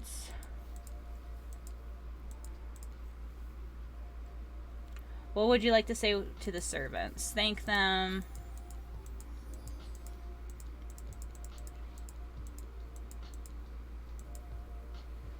Fire illuminates the soul. I hope the fire isn't too smoky. Okay, so now we're going back to the fire pit. You take a seat on a comfortable log, feeling the fire's heat against your skin. You wait for other killers to take their place, wondering who will tell a story this time. Will narrator tell a story? Okay, so now I'm saving again. Okay, so this is important.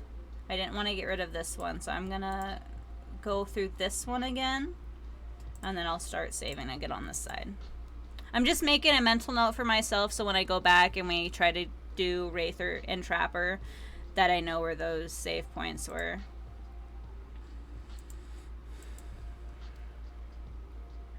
Should I pick someone to tell a story, or should we play charades? Boggle?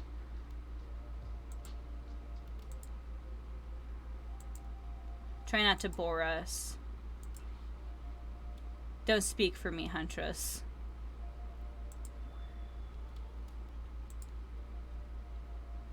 Okay. So give me 1 second. I'm going to take a hit before I do all of this. And then I will get to narrating my wonderful story that I'm going to tell the killers because reasons.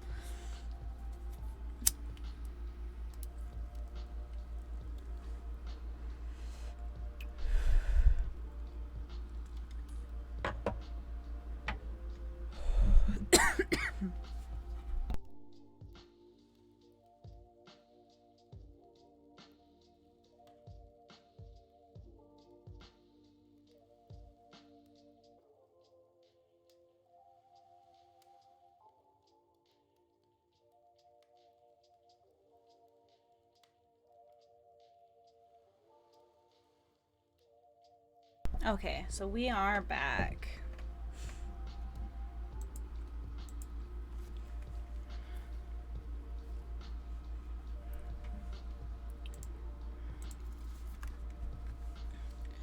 Fine, I'll tell a story. Sure, I'm game to tell a story. I hope it's a mystery. Okay, so what kind of story do you want to tell? My last one was an action. I'm gonna go a romance. Why not? I tell a romance story. About two lovers who take poison together and die foaming at the mouth? Yeah. Or about two strong hunters who meet when they both try to bludgeon the same Willy Wolverine? Not quite. It's about my parents. They met at a party in college. He was hosting. She'd be dragged there by some friends. They couldn't have been more different. And yet, as the night went on, they were drawn to each other. She made fun of his taste in music, but he gave her an interest in her major, women's studies. They were married within 2 months. Bit soon to know if you can trust someone, don't you think? It's so sweet. Exactly. I learned a lot about love from them. If you know, you know. Some people don't need years to get acquainted with their partner. Love could spark from a mere look across the campfire.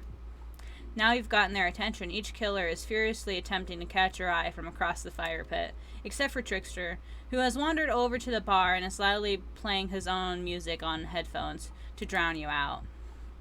Okay, that was not a very good story. I didn't mean to insult you, but it was actually quite bad. Alright, let's go Spirit again. I suppose I could tell a story. I don't really want to, but anything I say is sure to be better than whatever you get out of anyone else in this group. Like all good stories, I stole this one from someone in the past who is dead now and can't do anything about it.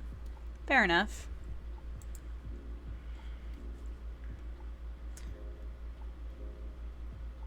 Oh, we've already done this one.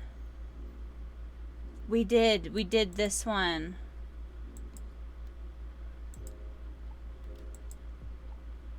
So both of her stories were... Okay, so I want to go back.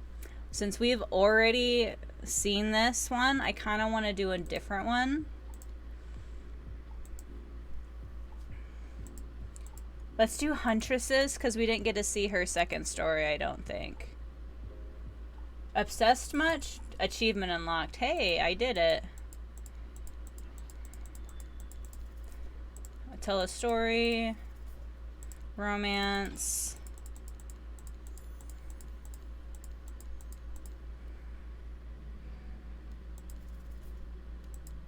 Okay, so now we'll go with Huntress. Huntress, you seem raring to go. Let's hear from you. Sure thing. My neck of the woods isn't wanting for horrifying mythology.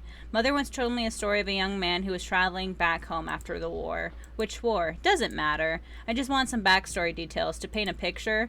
I'll paint you a picture if you want. The man was lost. In running out of food rations, he stopped to rest for the night underneath a majestic birch tree. That's when he saw the woman, naked, skin glistening in the twilight glow. Hot. I'm invested. Same.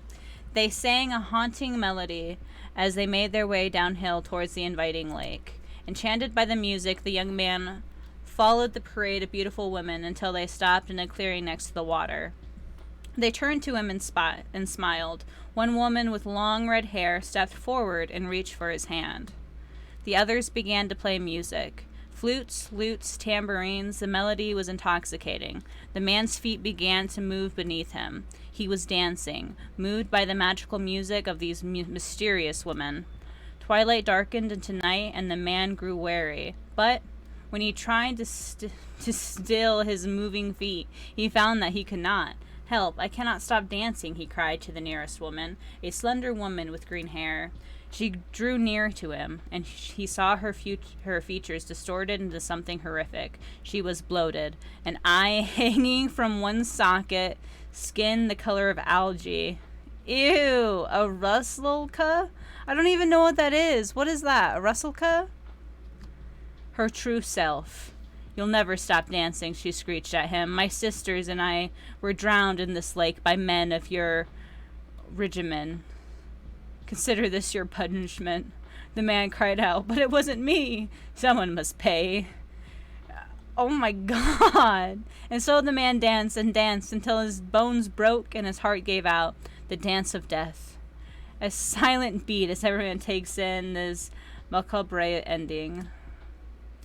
But it's not bad at all. Rusalkas are also fertility goddesses. If a lady had stumbled across them, she would have been blessed by a fruitful womb and probably some candy for the road. Damn. Does she really think it's a happy ending? I want what Huntress is having. How was story time? A lot of people to take pot shots at sequels, but I think a very good story deserves a follow-up.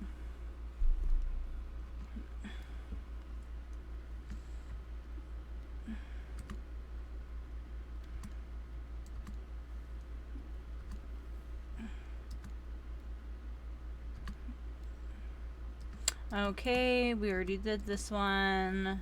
Trash talking spirit. Let's not do that. Little one says hi, mommy. Hi, Nova. Hi, baby.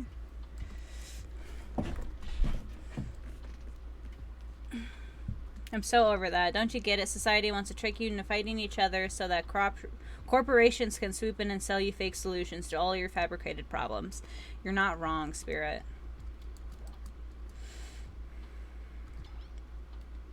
If you could, I don't know, just pick one of us. Maybe we're all trying to move on with their lives, or, you know, special projects we might have going.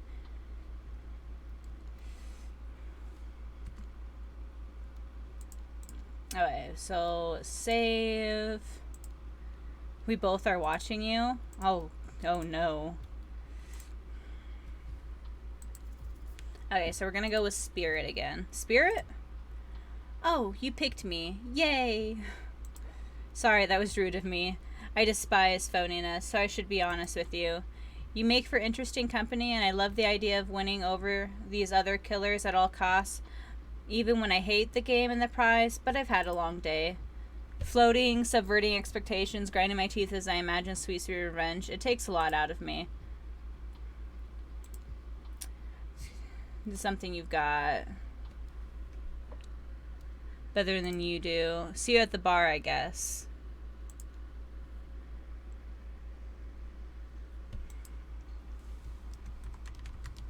Pokey catch.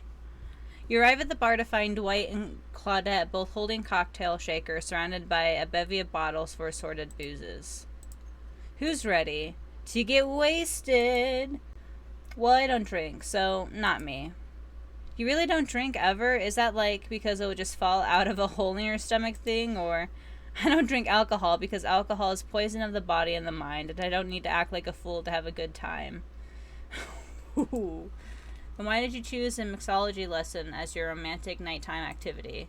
Everyone knows this kind of date is the excuse to get loaded up on booze and make terrible decisions. It's true, not a single person has ever learned anything at one of these things. Dwight, that's not true. You learned how to tie a cherry knot and a stem using only your tongue. Whoa, whoa, who ordered the soda with the splash in my private business? Because that's off menu. Well, I know what I'm drinking to forget tonight. Mixology is a real thing, and it doesn't require alcohol to be interesting. I'll have you all know that I worked at a restaurant before I was violently executed. By your father, on whom you will have your bloody vengeance. Right. So, be it. How about you, Spider? Do you drink? I really don't. I've got the impression that tonight will be a night I want to remember perfectly, so I'm going to pass on the alcoholic drinks. Here. Alcohol is a false escape. Besides, it's not like the sober people can't have fun. You watch as Spirit picks up a plum cherry and roughly stabs a little plastic sword through it. Cherry juice splatters everywhere, and it's a little fruity. Guts flap out onto Spirit's lap. Oopsie. Sober, yeah. One of the tub sides is wearing black. It hardly shows stains. No take backsies. So, lovebirds, what drink shall we make? Ooh, fancy beer, zombie, Bloody Marys, dark and stormy.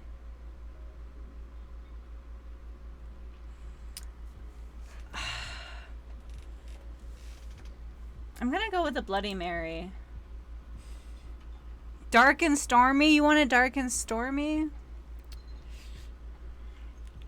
I'm choosing Bloody Mary. That just sounds like something I would drink. Bloody Mary sounds like it might be the official drink of Murderous Island here. How about that? You turn around to see Claudette holding a mirror up to your face. Bloody Mary. Bloody Mary. Candles flare, and the warm lights begin to swirl around you. The sky goes black. A dark shadow appears behind you. Before you know what's happening, you're in a trance. You've joined in the chant. Bloody Mary, Bloody Mary. You feel a hand on your shoulder. The darkness begins to wrap around you. Bloody Mary. A loud crash interrupts the chant. When you blink your eyes, you see that the spirit has unshielded her spectral katana and sliced the mirror in two.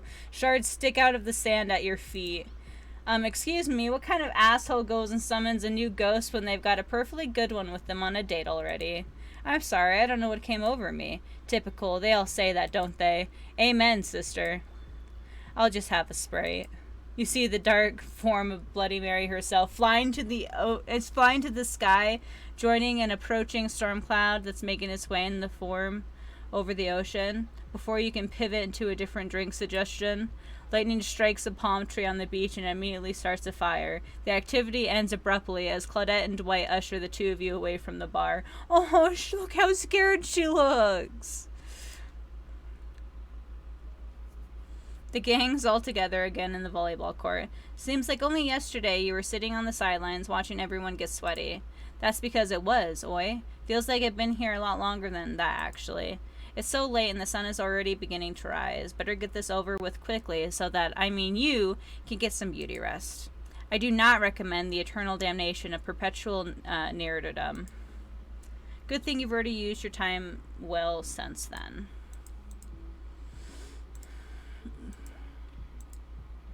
Each killer gets 2 minutes to tell you about the dream date they have planned for you tomorrow.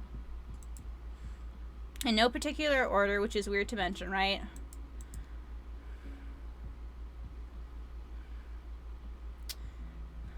Dead by Daylight dating experience. Yes.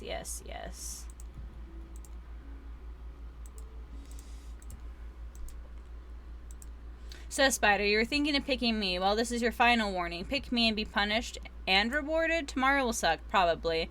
I'm not an easy guy to get along with, I know that, but I can tell you this much. I'm hiding a secret on this island that will make fans shit themselves with excitement. If you like Trapper, you're gonna love it. And if you're a maggot, you also, everyone, even confident sexy ladies in rabbit masks, better stay the hell away from my yacht. Sorry, anyway, Wraith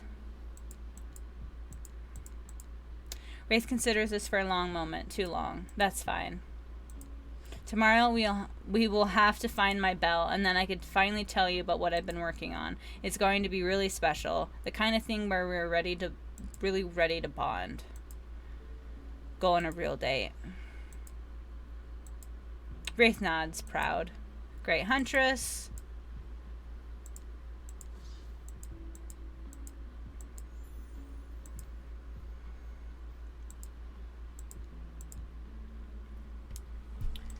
Tomorrow, you'll spit in the face of a god, die, and be reborn anew. That's it? If you're not intrigued by that, I don't want you. Go do crayon art with Trapper or dig up whatever mysteries with Wraith. I don't know what those guys do all day. All of them. Okay, so hydrate tonight if you tend on hanging with Spirit.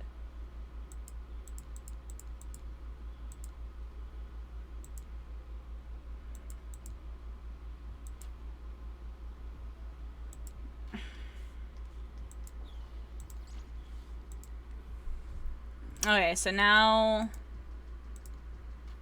So I'm going to...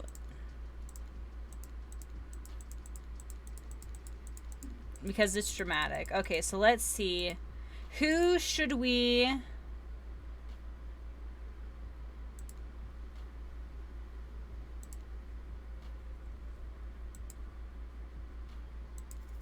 Which sociopath are we eliminating? I feel like I don't want to go Trapper because he literally already wants to kill me. I think I'm gonna go Wraith this time, or should I go Huntress? Should I go Huntress? I think I might go Huntress. Should I hurt her feelings? I shouldn't do that. I'm gonna go Wraith. I'm gonna go Wraith. Hunt? I think I should go Huntress. Okay, we're doing it. Achievement unlocked. Goodbye, Huntress. I hate to get rid of anyone, mostly because y'all scare me so much, but also because it just doesn't seem fair. But life's not fair, is it? With her strong arms that could probably hurl me into the mainland, a face no one has ever seen, a tragic backstory she loves to bring up whenever there's a break in conversation. Huntress, I'm describing you. This hurts, but I have to eliminate you. Phew, honestly, this is a bit of a relief for me. I don't have to constantly try to impress you. It's been exhausting. Tonight is this fancy attire is coming off and sweatpants are going on. Tomorrow I think I'll stand in the ocean, catch salmon with my bare hands. Yeah, I said bare hands. Go get some shut-eye. Oh my goodness. Claudette approved. Okay.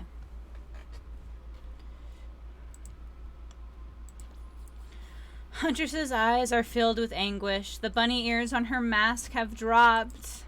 It is as I feared. I am a wild animal, an unlovable beast of the forest. I shall diminish and go into the east and remain the huntress. Oh no! Potato, why'd you make me do that? Now I'm so sad. I've never seen her so upset before in my life. And I thought Spirit was the emo one.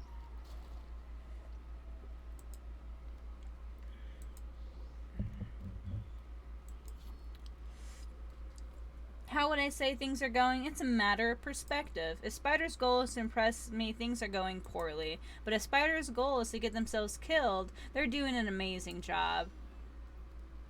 Did I think there was a chance I might get eliminated? Yeah, I did. Did I care if I got eliminated? Not even a little. Does the volume of words I spent talking about how much I don't care about things signify a deeper yearning within me to be seen, heard, and validated by those things around me? Nah. What? No, you're not a part of this.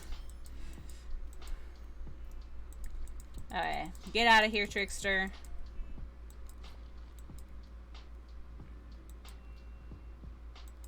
Okay, rude.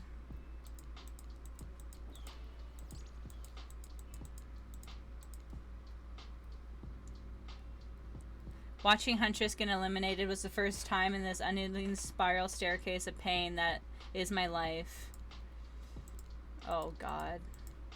So this is about the same, only the name's different. Soft sunlight warms your skin, nudging you awake, and you're also using a killer crab as a pillow, which is sort of okay with.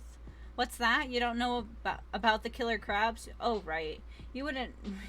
You didn't go on that Huntress date. You really missed out. It was thrilling. Or, I guess it would have been. You'll have to play the game again to get that reference, I suppose.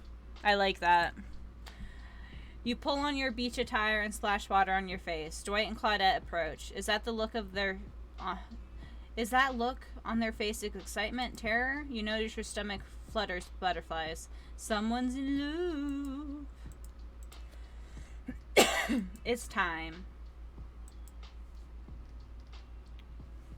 Suddenly the message is clear. You're going to choose...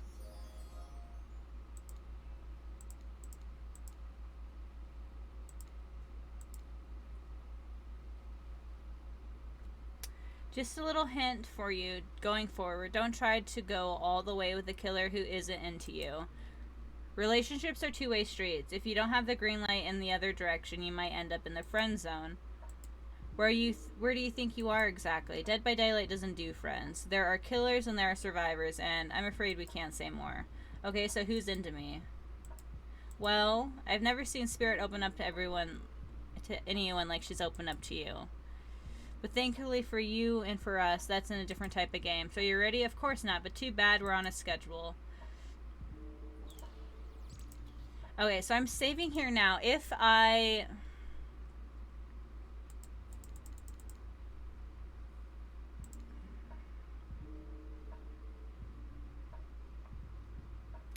We're gonna do here. And then I'll remember. I think one of the ways to get the other endings is if I try to go all the way with the killer that doesn't like me. I think that will get me a different ending. I hope.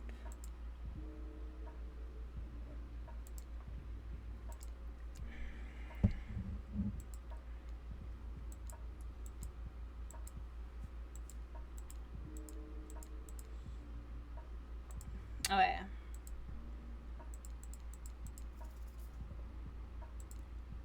You approach Spirit, peering below the brim of her impressively large hat and into her haunting eyes. Spirit, since I met you, I've been enchanted by your presence. You've challenged me to be a better person and resist the urge to show me the sharp end of your katana. For that, I thank you. I'm ready to take our relationship to the next level. And we shall. Up to the eye of the dark storm that is our reality, to the lantern room of the Black Lighthouse. It's time to see what you're made of, Spider. Oh, man. I thought it might be nice to start the day out on Trapper's yacht before we head up to the Black Lighthouse. Oh my gosh, they all steal his yacht, don't they? That's amazing. Even if I kind of hate this basically tropical vacation stuff like yachts and snorkeling or whatever, it's good for you to see me in the sun a little bit at least. There's more to me than what you've already gotten to experience. I know that my whole vibe can be a little dark. The hat, the swimsuit, the plum of floating hair. This wasn't always who I was. I was a normal young woman once. Went to school, hung out with friends. I even had a part-time job working at a restaurant in town. And then, well, I know what happened. Your father, he murdered me and I woke up as an undead avenger. And that's not what I was getting at. Something else happened to me. I realized I needed to be seen. I don't even know by whom. A lot of time when you think about ghosts, they're these kind of see-through flickering spectres. You imagine reaching out and having your hand go through them. Oh, like that sort of thing. Maybe there's some warpy effect on the world around you. I don't know. It depends on which movie you're watching. But when I died, well, I dare you to try and reach your hand through me. Not really. It's not an invitation. It's heretical. Or, wow, rhetorical. Heretical. It's heretical, guys. Pokey catch. I was trying to read the chat while reading the text and it was not working. There we go. Why did I end up this way? Who brought me here to this island? Who knows? I sure don't. I've got my ideas. I'm not exactly out there digging around in caves and dusting off antiques and trying to find clues and analyze their meanings. I do want to take this experience seriously, though. I want to give the process of a chance. And it may be a dumb process, but one that I have extremely little respect for as a person. But you just woke up on this beach with no memory of who you are and where you came from, and rather than freak out and simply try to swim away, you're giving this a chance. I actually didn't know that swimming away was an option. It's not, however, the fact that you never even tried, I think that means you've got courage. Or an open mind, or, I don't know, maybe you stuck around. Because you like someone you met here. Oh, maybe. While the two of you are getting all deep and philosophically flirting, the yacht pulled up to the shore to the black lighthouse. Last stop, everybody off. There were other stops? Oh no, not of this trip, of your life. Spirit rolls her eyes and leaves for the shore. I'm just messing with you. This was the only stop. Nobody here is really looking out for our fun, so we have to make it for ourselves. But no, there are no other stops. Seriously, go. Race you to the poop deck, Dwight. The ship doesn't even have a poop deck. Oh, it will. Are you? They are definitely. As you disembark, you can see Dwight and Claudette run giggling across the ship. Too bad you can't date those two. They seem like they know how to have a good time. Dwight and Claudette are totally a thing. It's in my head canon now. Like, nothing that behavior does will convince me otherwise. Like, I have decided. You arrive at the beach near the majestic black lighthouse. Its imposing form towers above you. A flock of birds circles lazily. No sense of fear or urgency, as if circling a corpse that hasn't moved in ages. They are 100% a thing. They are! They have to be. I'm excited about today, see? Spirit places her wrist delicately in your hand and presses your fingers down against her skin. It's cool to the touch, but you feel, is that the faintest of pulses? Spirit has a pulse. My blood is absolutely pumping. So, what happens now? Now, I'll show you something that no one has ever seen up close before. Well, no one who has lived to tell about it. We're going there. She points to the top of the lighthouse amongst the circling birds. What's actually up there? Have you seen it? Hey y'all, how's everyone doing today? Wraith, why are you always in our business? Hi Wraith, you seem sure chipper today. Something strange is definitely going on with the sky. Well, something else strange. Something different than what's usually going on. Wraith takes a deep breath, sucking in the ocean air, like it's the greatest air that has ever been sucked. Spider, thank you. Thank you for choosing anyone else to go on a date with today. Alone, again, forever. This is how I was meant to be. I feel alive. Are you done? We're kind of, on the date you just mentioned. I'm glad you're feeling better, Wraith. But like she said, we're in the middle of something. You mind? Oh, right. So what you doing? Heading up to the eye of the lighthouse? I loved it. I love it up there. You can really see the whole island from up there. In fact, Spirit, I thought you said no one has been up there and lived to tell about it, but this sounds exactly like telling about it. Technically, I don't think Wraith counts as being alive. I mean, I don't maintain the canon, but... Spirit waves her arms at Wraith from head to toe. And if he's not dead now, he's gonna be when I punish him for interrupting our date. Oh. Hey now, we can solve our problems without our hair floating up into a menacing shapes. I'll just be over here running away, enjoying the view.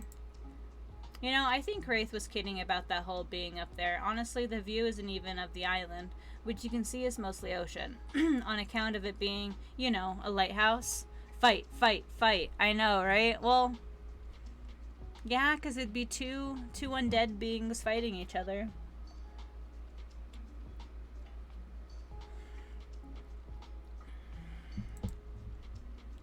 However, that does bring up an interesting point. Regarding your, how do I say it? You don't see her at a loss for words like this. What's your mortal status? Because despite what our lanky friend seems to think, the lighthouse is not to be trifled with. It's a beacon of death and suffering that brings doom to it from all corners of this world, if not further. Well, duh, you saw a freaking pirate ship seemingly travel through space and time only to crumble at the rocks beneath the spooky tower, but you decide not to point it out because that wouldn't be too romantic, now would it? I think I'm alive. I'm here with you, walking this beach, feeling the water on my feet. I feel the sun on my skin. Here with me, the spirit. Does that really make you alive? I guess I don't know. If you come up with me to the eye of the Black Lighthouse, you may never return. Is that a risk you're willing to take? Wraith would win? Between the two of them, I actually don't know if he would. I actually don't know if he would. He might. He might win. I'm betting on.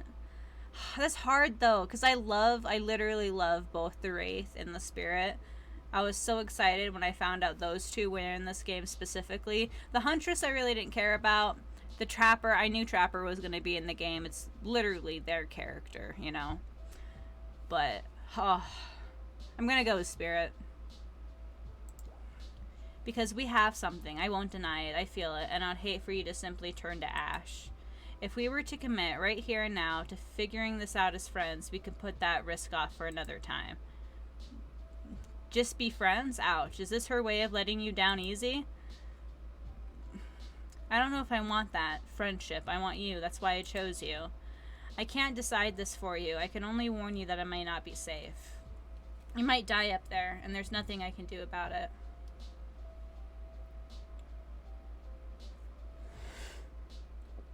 Fair enough, potato. Go up, maybe die. You take a deep breath and think about every particle of sea air as it travels into your body and fills your lungs. It may be the last time you have such a thought, but you feel strangely at peace with that information. I don't need another friend. I want something more. I'd risk my life for it. Spirit smiles a quirky, devilish smile. Right this way. Save, save, no! That's true. That's true. I should have saved. Inside the lighthouse is almost pitch black. It was a seemingly day when you stepped through the door, but inside this place is like a void. The last thing you see as the final rays of sun leave you is a horrible sight, and petrified body laying on the stairs, reaching not up but down as if it had been crawling. Watch your step. The things we do for love. When you arrive in the lantern room at the top of the Black Lighthouse, you breathe a sigh of relief. The light is out and seemingly defunct. Dust cakes the room as though it hasn't been operated in a century. However, somehow, it was just morning a moment ago, and now it's night? What do you mean, a moment ago? We've been standing here looking out over the ocean all day. I've really enjoyed this peaceful time together with you, taking in the view, standing in complete silence for hours. It was kind of my perfect date. Really? I don't remember that. I just called it the perfect date, and you can't be bothered to remember it? What kind of game are you playing with me? I want to remember it. It's just that for some reason my mind is completely blank, but hey, I'm not dead. Or you're already dead and have been this whole time. That's true. Maybe we'll never know. It doesn't look like the light is working. Even turned off, the light has power to it. Its massive lens refracts moonlight through itself, a subtle sparkle that has a hypnotic effect. Maybe that's where the date went, staring into this light as the cake fell and the moon rose. Thanks for spending the day with me. I really had a good time. That's it? Don't get me wrong. This is really cool and all. I guess I don't know what I expected. I suppose if you thought you were walking into your death and nothing happened, it might feel a bit anticlimactic. Sorry, anyhow, it's time to go. Here, just let me flip on the light for the staircase so it's easier to go down. The stairs still look pretty dark. Maybe it... Spirit is interrupted by a strange hum, and then it becomes frighteningly clear to you that switch wasn't for the stairs, it was for the main lantern, a lantern that is now beginning to power up. The faintest smell of burning begins to reach up your nose. Oopsie, looks like maybe that switch wasn't for the stair lights after all. Now we see who was really alive and who was really dead, I suppose. It was bound to happen sooner or later. You slam your eyes closed, hoping that somehow not looking at the light itself will protect you. Not sure I see the logic in that, but if it's magic, it kind of defies logic. I want to see it, but well, I'm a little scared. Don't look directly into the light. Open your eyes and only look at me, and I'll keep you safe. Okay.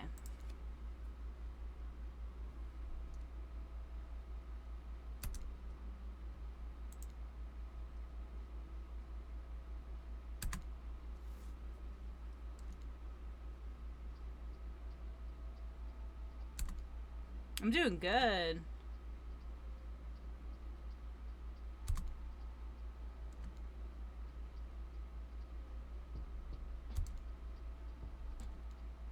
You're doing it. We're here together, awash in this incredible light. You're so brave. I feel seen by you, truly seen by anyone, and for the first time in my life. This is our destiny to be together, brought together by the darkness, brought toward the light. Despite your attempt to resist the incredible force of energy from the black lighthouse's lantern eye refuses to subside. No, it cannot be ignored, and it doesn't matter if you look directly at it or not. In the end, that was just a trivial game. This is real life and real magic. You stare at it now, and its power penetrates your mind. Hey, been a while. How are things? Doing good? Feel more dead, more alive? Yeah, love will do that to a person. Don't worry. It'll make sense soon.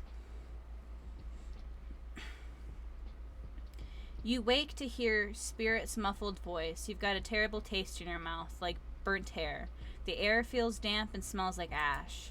It takes time for the sound to clear up, but eventually Spirit's words start to make sense to you. However, it is clear she's talking to someone else, not to you. You know how sometimes people say it's not you, it's me? Well, this time it's you, and it's also me. I can't believe I thought you would change for me. I can't believe I thought that you would doing was a sacrifice. You never gave anything up for me. Well, today I saw what love looks like, and it looks a whole lot different than this. I don't think you're hearing me, which is weird because I'm practically shouting. Nobody breaks up with Trapper. Nobody. Oh yeah, fine. Nobody breaks up with Trapper. But I'm not doing that. I'm dumping. Don't you say it. Oh no! She said his full name. There's nothing you or he can do about it. It's over between us, Evan. Rin eye. Trapper turns from Spirit and looks directly at you. You realize that you're laying on the ground of some sort of weird tunnel. I think that your shouting woke up Spider. I'm sorry, I think I interrupted something very personal and also quite scary. I swear I wasn't trying to listen in, but I heard a lot. Probably not everything. I think I woke up in the middle. What did you hear? You just dumping Trapper. We were never together. I mean, we were together. Wink, wink, wink. I know you're wearing a mask, but we can see your eyes. You don't need to say wink, wink, wink out loud. Another reason I'm right to have dumped you. You did not. It was mutual. The jig is, as I say, up. They know you're awake now, and you're going to have to deal with this awkward situation head on. Clearly, I shouldn't be here. You two are having a very personal conversation that I don't need to be involved in. I don't even know how I got here. Not on this island, not here in this creepy tunnel. As far as this island goes, your guess is as good as mine. As far as this tunnel goes, we brought you here. You and Trapper, but after the lighthouse light came on, you blacked out. On your way down, I thought you might have hit your head or something. It's hard to tell what blood is new or old around here. Either way, I wanted to get you someplace safe, so I asked Trapper for help. It's not that I can't carry you. I just didn't feel like it, you know? I hate anything messing with my shards.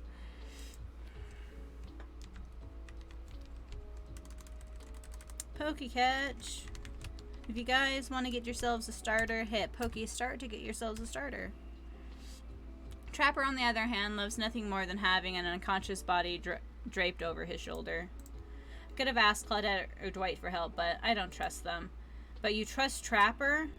Like and trust are two different things. You might think Trapper can be a real jerk, but you'd be right. but what you get to see with him. We brought you down here because we're the only ones who know about this place. It's part of an old tunnel network that connects different places on the island. What's up, guys? Talking island mysteries, my favorite topic. I was just in the neighborhood, so I thought I'd pop in. Trapper, you said this place was private. It's not, because the Huntress also knows where this place is. Well, geez, I can see when I'm not wanted. So, you three a thruple now, or... Because I gotta say, I really didn't get the whole Trapper spirit thing, but hey, if it's not my business, I don't stick my nose in it. We're not a thing. Nobody traps the Trapper, not with traps or with relationships. And you do realize you're sticking your nose in our business right now. Wow, so hostile. If you don't want to talk about it, just say so. Anyhow, this tunnel has some very interesting features, so if you head about 50 meters down that way, you'll find Get Out. Wraith looks around just to be doubly sure that Trapper is addressing him. I was just leaving. This island, it's a lonely place, which is great for me. I love to be alone. Trapper, on the other hand, he's quite needy. After a lot of pursuit, I finally let him catch up to me, and it became, well, I don't want to call it a relationship, because somebody really didn't want to have that talk. But we were more than friends. I dispute the events as told. For the record, I don't pursue, I stalk, and I lie in wait. Seeing eye to eye was not one of those things we were good at, so I hate to ask, but did I just look into a refrigerator-sized death lamp? So I guess I'm more of a glutton for punishment than I thought. What were you good at? Well, for starters. Excuse me, I'll take that question, thank you very much. If you know anything about me by now, is that I'm on a quest for revenge. Exactly. You might not know, but Trapper is a great classical maestro of revenge. Trapper blushes behind the mask. That's one way to compliment a killer.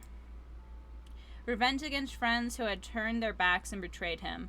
Revenge against his father for making him into a monster. Revenge against the barista who wrote Ewan on his cappuccino, knowing his name was actually Evan. And for someone who thinks about revenge as much as I do, Trapper is an inspiration. But they say to never date your heroes. Good advice, but I don't think that's the saying.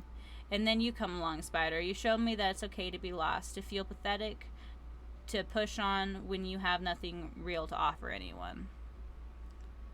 I hope your cat pees on all of your socks, Pokemon community game. Oh my god. Guys, you're so mean to the Poke... Oh, nobody caught it. Well, I guess you can be mean. I'm not sure where you got all that from, but okay, you held a mirror up to my own doubts and fears and showed me that they aren't everything about me. That I can embrace those things and not be defined by them. You showed me that life after death can be more than just an obsession with revenge and mind-blowing sex on the ground in a dark cave in a dusty old tunnel. Trapper nudges you in the ribs with his elbow. Gross. Clearly, appealing to Trapper's better features has been a winning strategy for dumping his ass, because he seems to be taking it quite well. This whole half-ass dating show parody thing, at first I obviously thought it was lame. It was a lame idea. What kind of moron thought this was an audience for this? But then we spent some time together and I realized there's something actually real here. But I don't want to give up on it. I don't want to give up on us. Listen, Spider, while you were knocked unconsciously by some minor head trauma like a total weakling, Spirit confided in me that she has real feelings for you. I took it extremely well, naturally, because I trust her and value her opinions. That doesn't mean I trust you. If you want to get to her, you have to go through me first. By passing Trapper's test, TM, coming to Behavior TV, Sundays at 8 p.m. Oh, God. Answer my questions quickly. Oh, my God. Correctly or be... Okay. Well, you leave me no choice then. Question 1. What's Spirit's real name? The one given to her by her murderous father, which she only lets her real friends call her. You got that one. Don't celebrate yet. Question 2. What lives inside Spirit? Sure, everyone knows that. They won't all be this easy. Question 3. Where did Spirit work back when she was restaurant?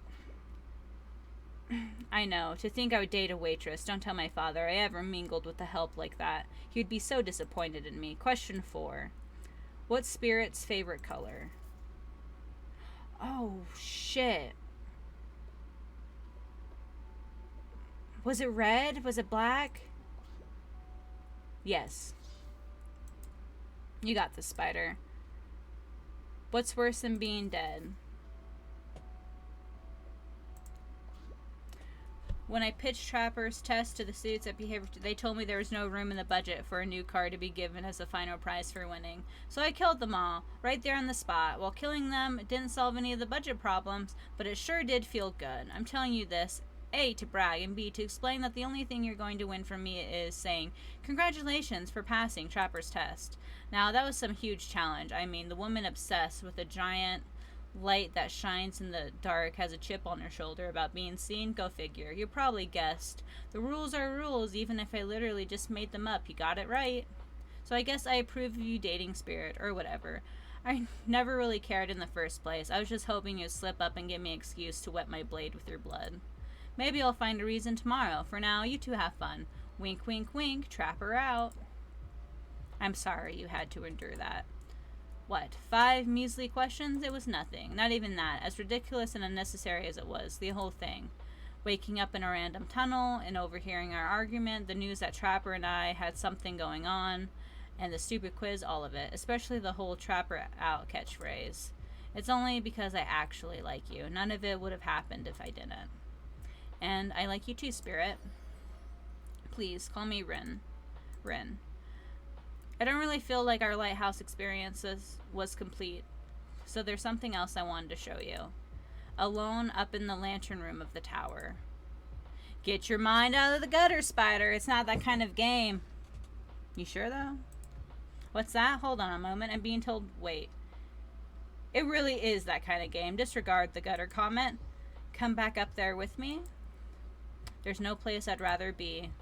Oh, no.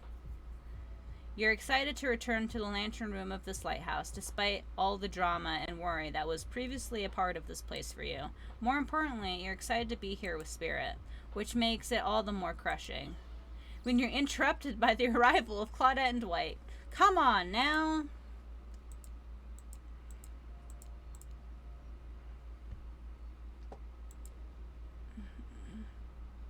You prepare to shield your eyes in case something bad happens to you again. Now isn't the time for any reality show adjacent shenanigans. Dwight, Claudette, shield your eyes. We don't know what the lighthouse will. No, please don't interrupt. You think after all this time, you'd know that we've got your best interest in mind? What? No, of course. I don't think that. I got wax in your ears, friend? I asked you not to interrupt. Too late. The black light flares in the darkness, and you see something horrible and strange. In the place of Claudette and Dwight are 2 ghoulish silhouettes. But before you can focus on them, the light passes, and the 2 survivors are returned to their normal states. It's breezy up here. I should have packed a sweater. What in the hairy hell? Hey, watch your language. You shouldn't speak that way. Around your elders. Oh my goodness! It's the Oni! Grandpa? My little Rin, you're such a woman now. They grow up so fast. What? Spider, meet Grandpa Kazin Yakamoka. Well, technically not just Grandpa. Technically, he's my great-great-great-great-great-grandpa. But that's a lot of greats to say in a row. I haven't seen my little Rin since I watched over her from the afterlife when she was just a little girl. And I expect you all to say the greats. It's a matter of honor and respect, except Rin. She can do whatever she wants. She's my precious little angel. But you, Oni stares at you with his demonic red eyes. You're pretty sure even the decorative third eye on his mask is looking at you. You mongrel, you must treat me with respect. Or so help me, I'll be cleaning bits of your head off of my katambo. A kanabo? Is it a kanabo or kanabo? Did I say that right? Kanabo. It's like a metal baseball bat covered in spikes, FYI. Yes, his sword. His club thing. I'm not sure what peasant like you is doing so close to descendant of the noble bloodline in the first place. Dirk, Claudine, explain what's going on to me. It's Dwight, sir, and Claudette. Remember, we explained that to you, that you're going to come meet with your great-great-great-granddaughter's suitor and to give and or withhold your approval. 5 greats? Sir, your honor, master, sir. Dwight, he's a samurai, not a judge. Grandpa, they must have summoned you here because they think you have great judgment and all. And because if they summoned my father, I would be too distracted by torturing him for all of eternity to continue the rest of whatever this is. Show, game, experience? Ah, yes, that makes sense. Only a man of my own power and magnitude can help. Self-important much? Nice to meet you. Only my friends and family call me Kazan. Those who tremble in fear at my presence call me the Oni.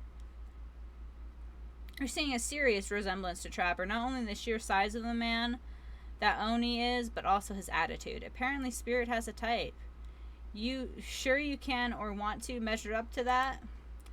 It draws on you that. Wait a second, maybe you do resemble Oni. Every time you've tried to look at your own reflection, however, you become dizzy and confused. This definitely reserves more thought, but now's not the time to consider the fact that you might have been some kind of hulking vampire with the first ever case of self-blindness.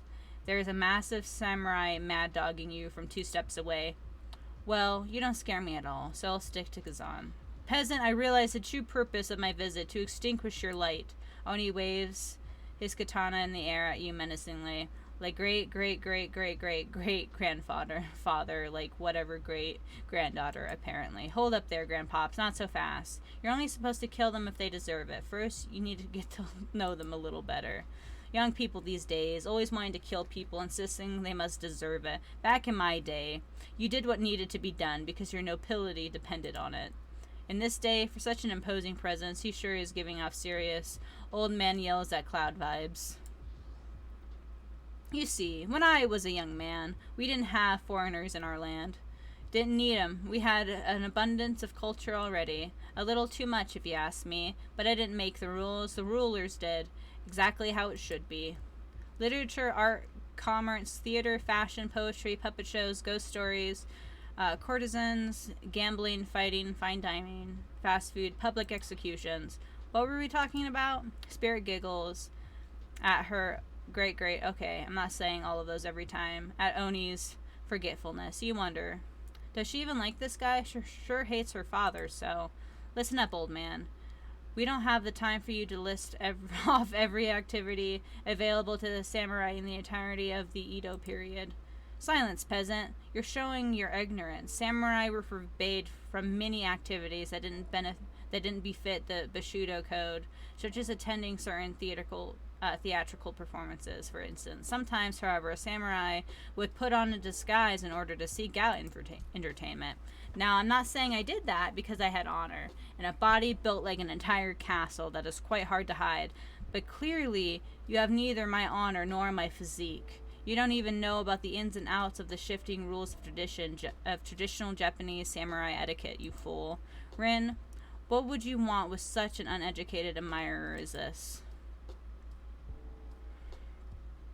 However, you're really not sure how to handle this massive demonic old man.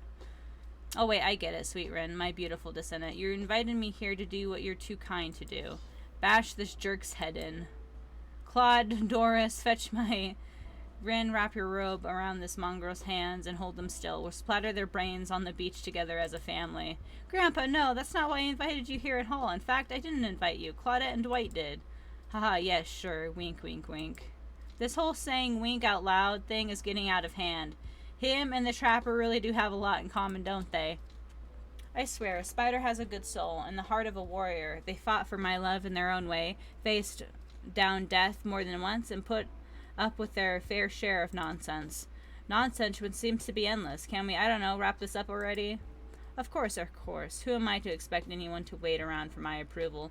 I've only been hanging out as a ghost and watching my bloodline be polluted by cowards and quitters for 5 generations. Just come give your ancestor-in-law a hug.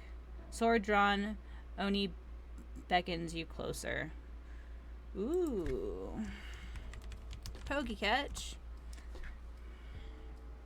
There's no way he's ever hugged anyone in his entire life. I think I'm good over here, actually. Rin, now.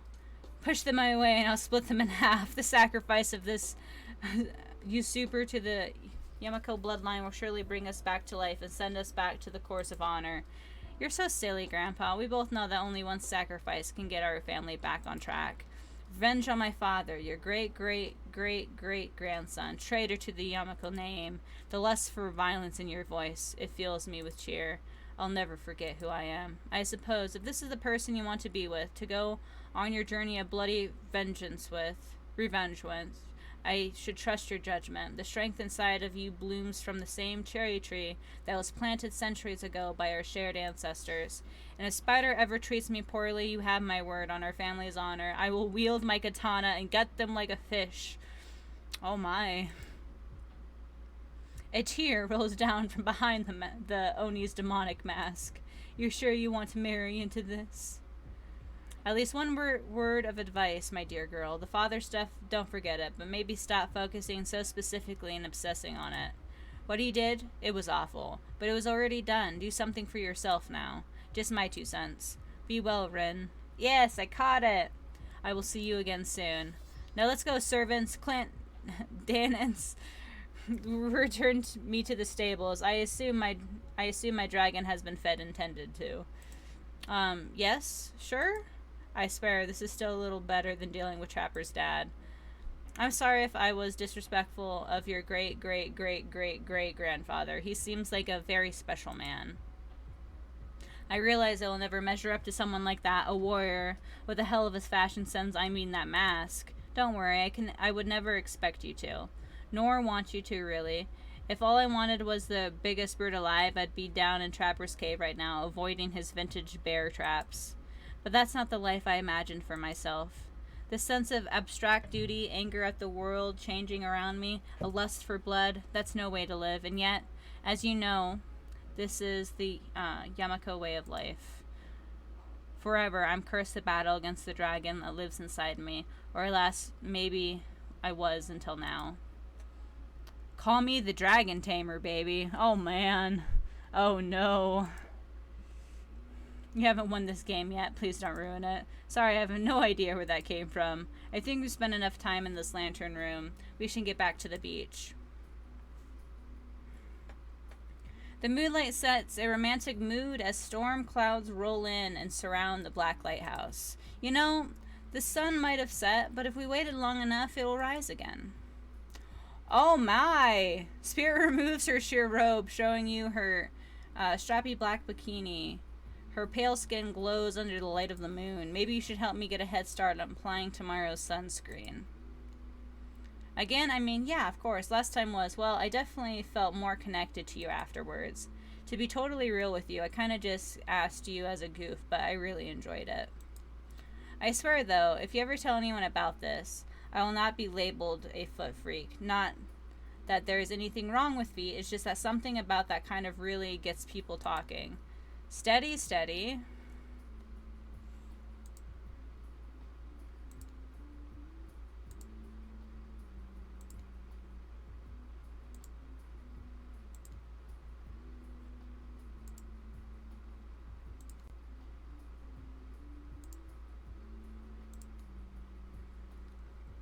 God, that's so goddamn hot.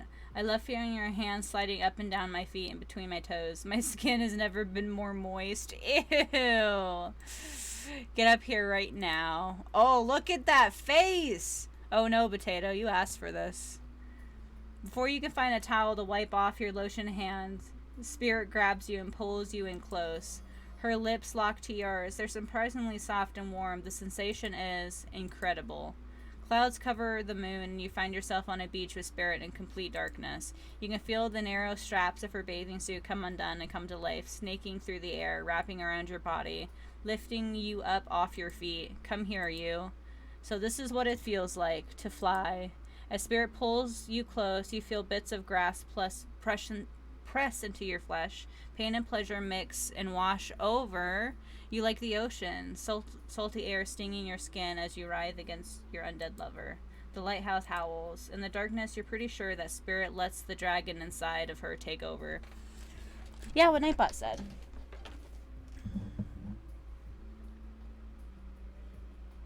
And that was the last of it. If it kills you, you're unsure if you have If it if it kills you, you're sure it would have been all worth it. The clouds apart just as you manage to pull yourself exhausted away from spirit. A chunk of broken glass is lodged into your shoulder. When you pluck it out of your skin, it drips blood. Sorry, I think this got stuck in me when I was having the best night of my life.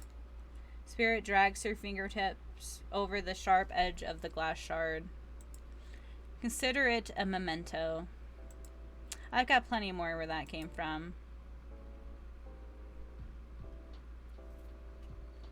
You arrive at the beach to find Claudette and Dwight waiting for you. Now is the time, Spider, to face your destiny. Actually, about that. Spider, can we talk privately? Maybe not here. Maybe someplace else would be better for this talk. You know how we feel about schedules, Spirit. Very strongly. And you know how I feel about telling me what to do. Don't do it. Like I said, I'd rather have this talk with Spider privately. It's not right to do it in front of everyone. You know, from my experience in upper management at my father's mine, I learned that if you're going to fire someone, it's best to do it in public so they don't freak out. Please, enough of the fire talk. Wait, you think no, she couldn't be. They seem so in love. Well, I mean, not really. Spirit is still Spirit. But if I tried to imagine Spirit in love, I suppose she hasn't attempted to murder Spider yet, so... Okay, fine. Your guess is as good as mine, really. That girl is really hard to read. A word of advice, though, if you're going to end it quickly. In my experience, the more pathetic the creature, the more annoying the final howls are. I don't need any advice. Everyone get out except for Spider. Kind of like my whole jam. Can I stay, right? Especially you. Out. Lame. Along with Spirit, you feel something awful hanging in the air. More awful even than the lingering smell of that Cleaver body spray. Ugh, that gag. I'm gagging. We're all gagging for Cleaver body spray. Spirit, Rin, I don't know what you plan on saying, but before you say anything, I just know that I really, really enjoyed my time with you. Getting to know you over the past few days helped me to get to know myself. For that, I just wanted to say thank you. That's sweet. You're welcome. And you know what? It's the kind of thing that shows me you've got a good heart inside you. Too good for me to carve out and toss into the ocean, but also too good for me to love. I need someone who shares my interests, someone I can connect with, someone jaded and dispassionate, only driven forward by a desire for revenge. I need someone who isn't so warm that I can feel cold in comparison. I need someone who isn't you. Can we just be friends?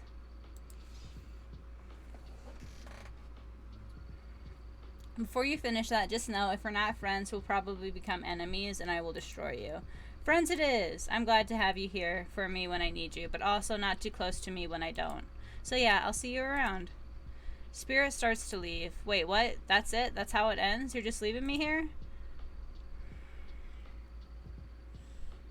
I'm not saying that I'd use the word ends, and for that matter, I wouldn't say that I'm leaving, but us are definitely through. The fact that you can't see that well just proves that we never belonged together anyhow. Good night, Spider. What the hell? I just spent all this time on this island doing everything I can to get to know you, only to be told I should just leave the chocolate factory through the side door? I don't know what that means. Anyways, I said goodnight, Spider. See you around. Geez, I'm sorry. What a bummer. Hey, why does she keep saying she'll see me around? Gosh, I have no idea. Friends forever. And so my precious killers lived happily ever after, as they should, learning to love themselves first and foremost. Whilst trapped in a never-ending cycle of torture of my design. Wait, did I just spoil my true identity? You made it this far. You should probably know that. That you'll have to play it again to find out more. Goodbye, Spider. See you again later, and again, and again, and again. Forever. Okay, so we got another ending.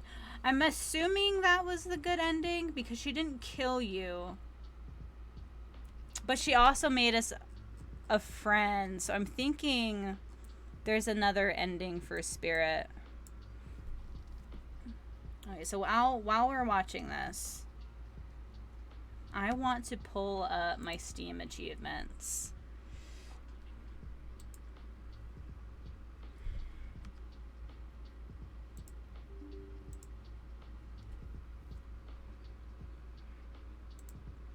Okay, games library. go down to hooked on you. View my achievements. Okay.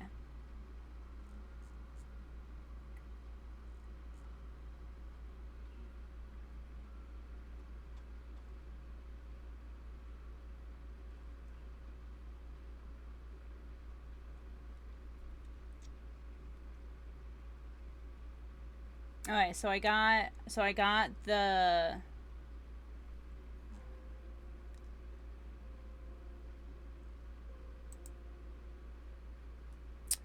oh wow, there's still 18, 19, 20, 21, 22, 23 hidden achievements remaining. Oh no. Okay, okay, so we're gonna have to definitely play this again. I think... Nope, neither. We'll definitely have to play this again. I think I'm not going to save it or anything. Maybe I will. Okay, so I think I'm actually going to end the stream here. I think we're going to be playing this again. I wanted to do them on Fridays, but I think I'm going to start moving these story games to Sunday nights. So I think that's what I'm going to be doing in like future streams. So I'm going to be moving the story games from Friday to Sunday. And then this Wednesday, yes, this Wednesday coming up, I'm going to be doing a Plague Tale, and we'll be playing that Wednesday and Friday. I don't know what I'll be streaming this Sunday. Maybe I'll start it then. We'll see. We'll see if I have anything else planned. But yeah, I think I'm probably going to just end the stream here tonight. Thank you guys so much for hanging out. I really do appreciate it. And yeah, like always, thank you guys so much for watching. And I'll see you guys next time. Bye, guys.